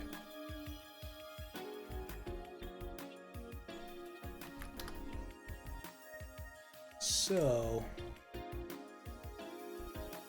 is this correct? This is correct. Actually, I might just wait and do this tomorrow, because there's going to be stuff on sale, because it will be the weekend. Like, yeah, I don't think any of this stuff... Actually, no, there's a few... It looks like they've put on the weekend sales already. Because, yeah, none of this stuff was on sale last time I looked here. Looks like none of the JRPGs that I'm looking at, though, are going to be on sale. There's Shenzhen IO again.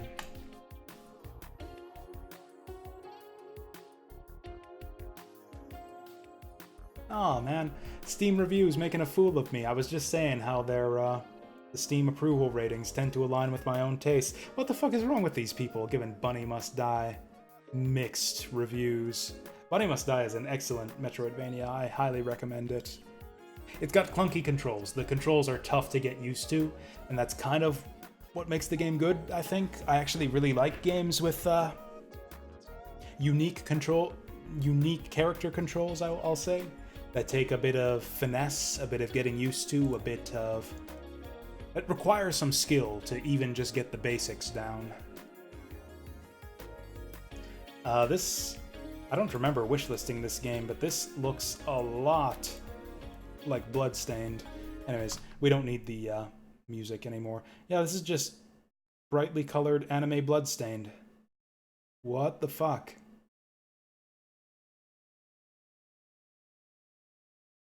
Yeah, low budget, bright colored anime Bloodstained. Early access, why the fuck is this? Why are you showing me this shit?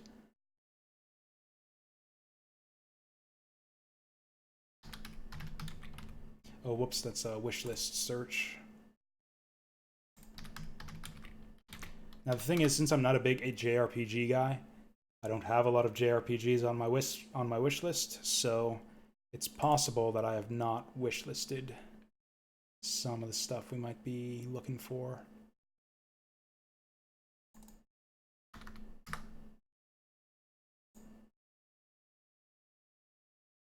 Seriously, no Tales of in the Tales of search? Okay, we'll start with Vesperia. And we'll just go through related games from there. Also, it seems not to be on sale, which probably means that none of these are going to be on sale. Because, yeah, generally it's the publisher's games will all go on sale at once. But this might get us some related JRPGs that will be... Or actually, you know what I could do? Is I could just stick with the JRPG that I own already. We can dive a little more deeply into Fairy Fencer, which is one that I liked a fair bit.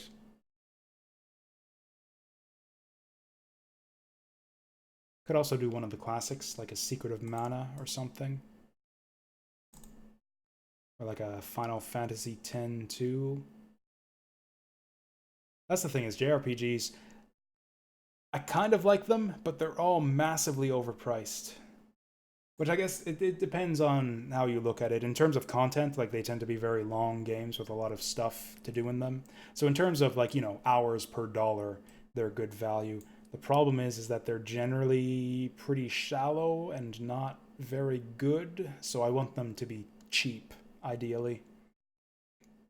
What the hell? 13.2 has mixed reviews too. Or I wonder if there's something wrong with the port, because 13.2 is the best, I think, of that trilogy. Okay, it's a shitty port. Shitty port. It's shit says it's a shitty port, so it must be true.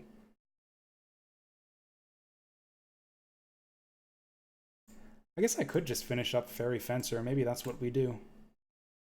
I say finish up. I'm only, 10 hours into it.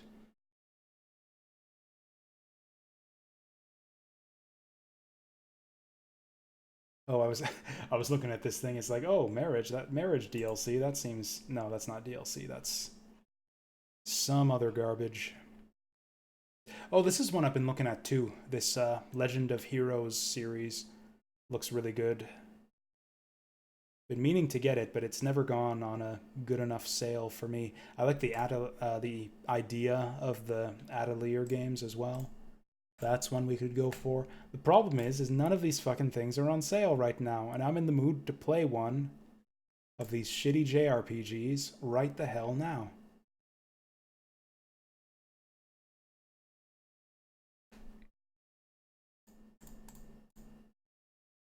Okay, what if we go... Yeah, let's go to the JRPG tag. And let's see... Really, there's no on sale? This is just like an unsale day.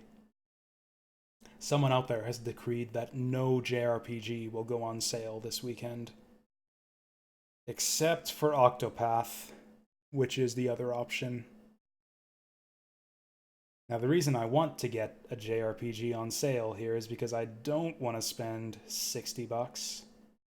Oh, here we go. Specials. Show me the specials. Sword Art Online. I have not heard good things about this series. But, you know, maybe we'll go see for ourselves. 75% off, $13. To be continued. Edge of Eternity, what is that?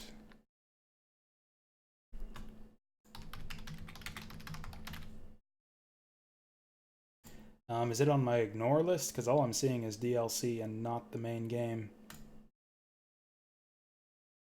It's early access. Forget it.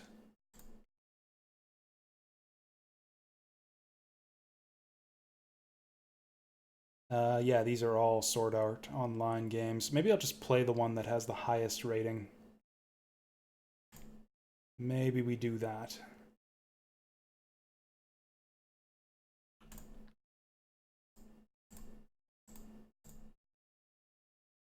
It seems like the Sword Art Online games are all on sale. Is there like a big banner sale for all of those where I can just see them all in one place?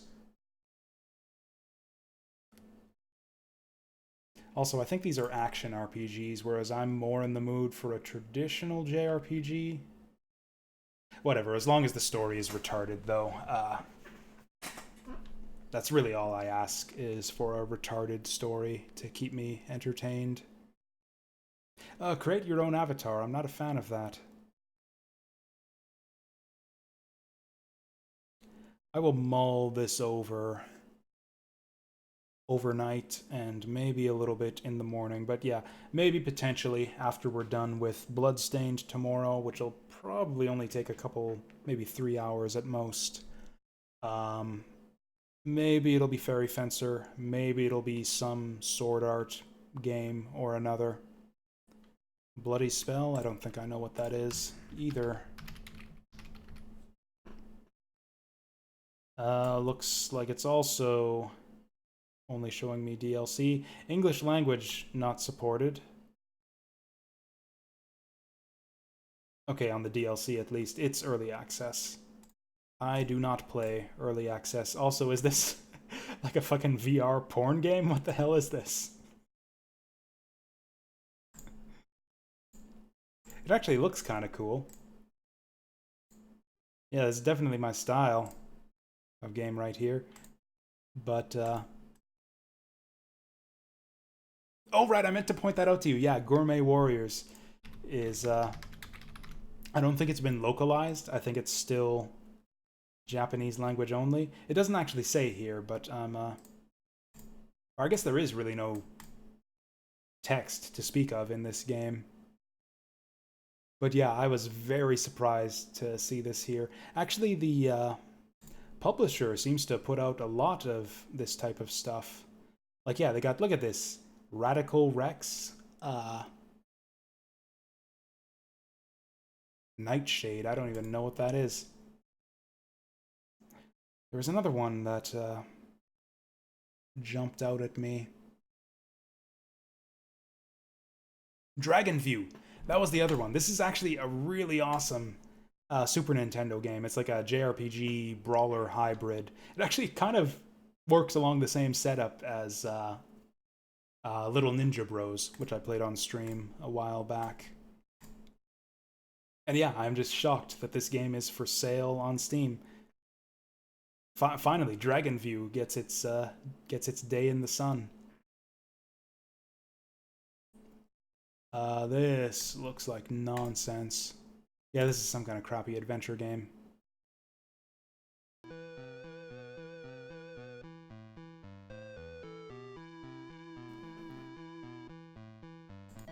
Yeah, this is crap. I don't know why I'm looking at this.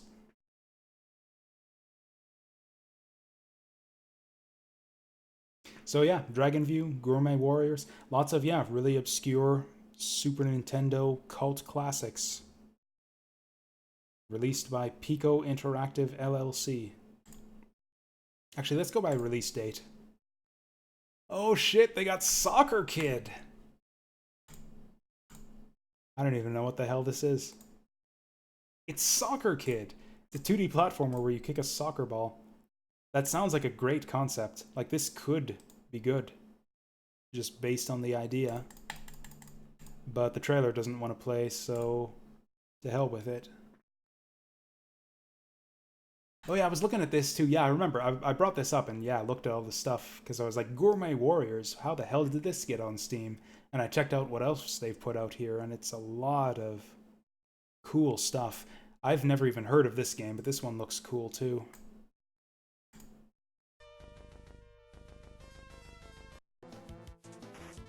Pretty sure this must have been a Genesis game just from the sound of the music here.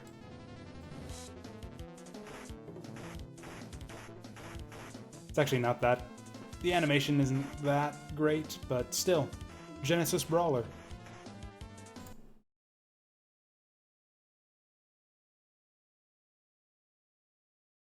Oh, this game was released in Hong Kong. No wonder I've never heard of it.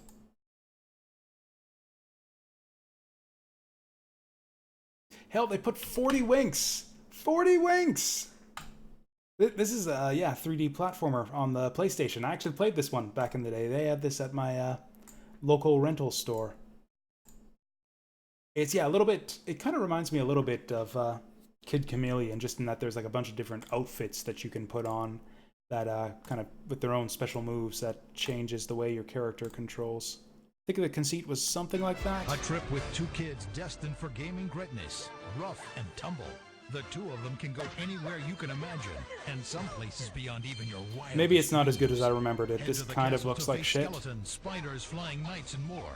Or But tie I don't a know. rocket I to liked your it back in and the head day. for Maybe the it's just a moon bad to take trailer. on aliens and giant moon mice. There are 6 worlds for you to explore. Like a 6 pirate's worlds, cove, guys. a prehistoric jungle, and the land of nightmares. But whatever you do, make sure you've always got at least one eye wide open for the evil Nightcap, the sinister Sandman. He's got who will two. turn all your He's best clearly dreams got 2 into eyes nightmares. open there when he says one eye Remember, wide it's up to open. you to This save is a the 40 garbage winks, trailer. because if you don't, all 40 winks will be hoodwinks forever, and none of your dreams will be sweet dreams ever again.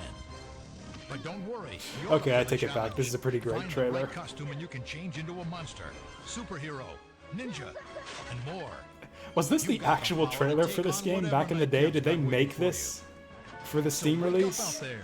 Don't be sleeping on the job. This is your best chance to grab 40 winks and get a 3D adventure hit that'll make all your biggest dreams come true. Awesome. There's no way I'm not gonna pick this up someday. In fact, let's put it on the wish list. I don't need to put this on the wish list. Yes, we'll see. Thing is, I can just, if I want to play it, I can just emulate it on PS1. Oh, this is just emulation, isn't it? And it's on PCSX, which is not as good as the emulators that I like. And no memory card save?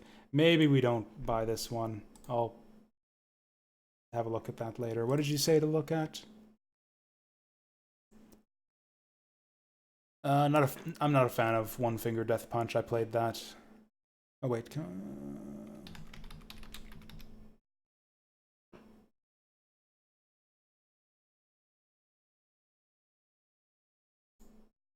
yeah, I'm already not a fan of this. I don't like the look of it. I didn't like One Finger Death Punch in the first place.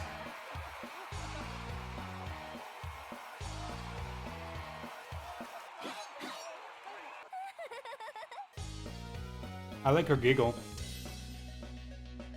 Yeah, I don't even like the art style. The music's alright. I like the way her microphone stand turns into a sickle when she slashes dudes.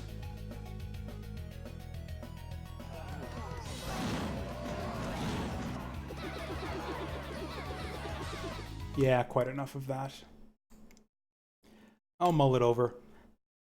Maybe some form of shitty nonsense JRPG tomorrow after Bloodstained. That is the plan.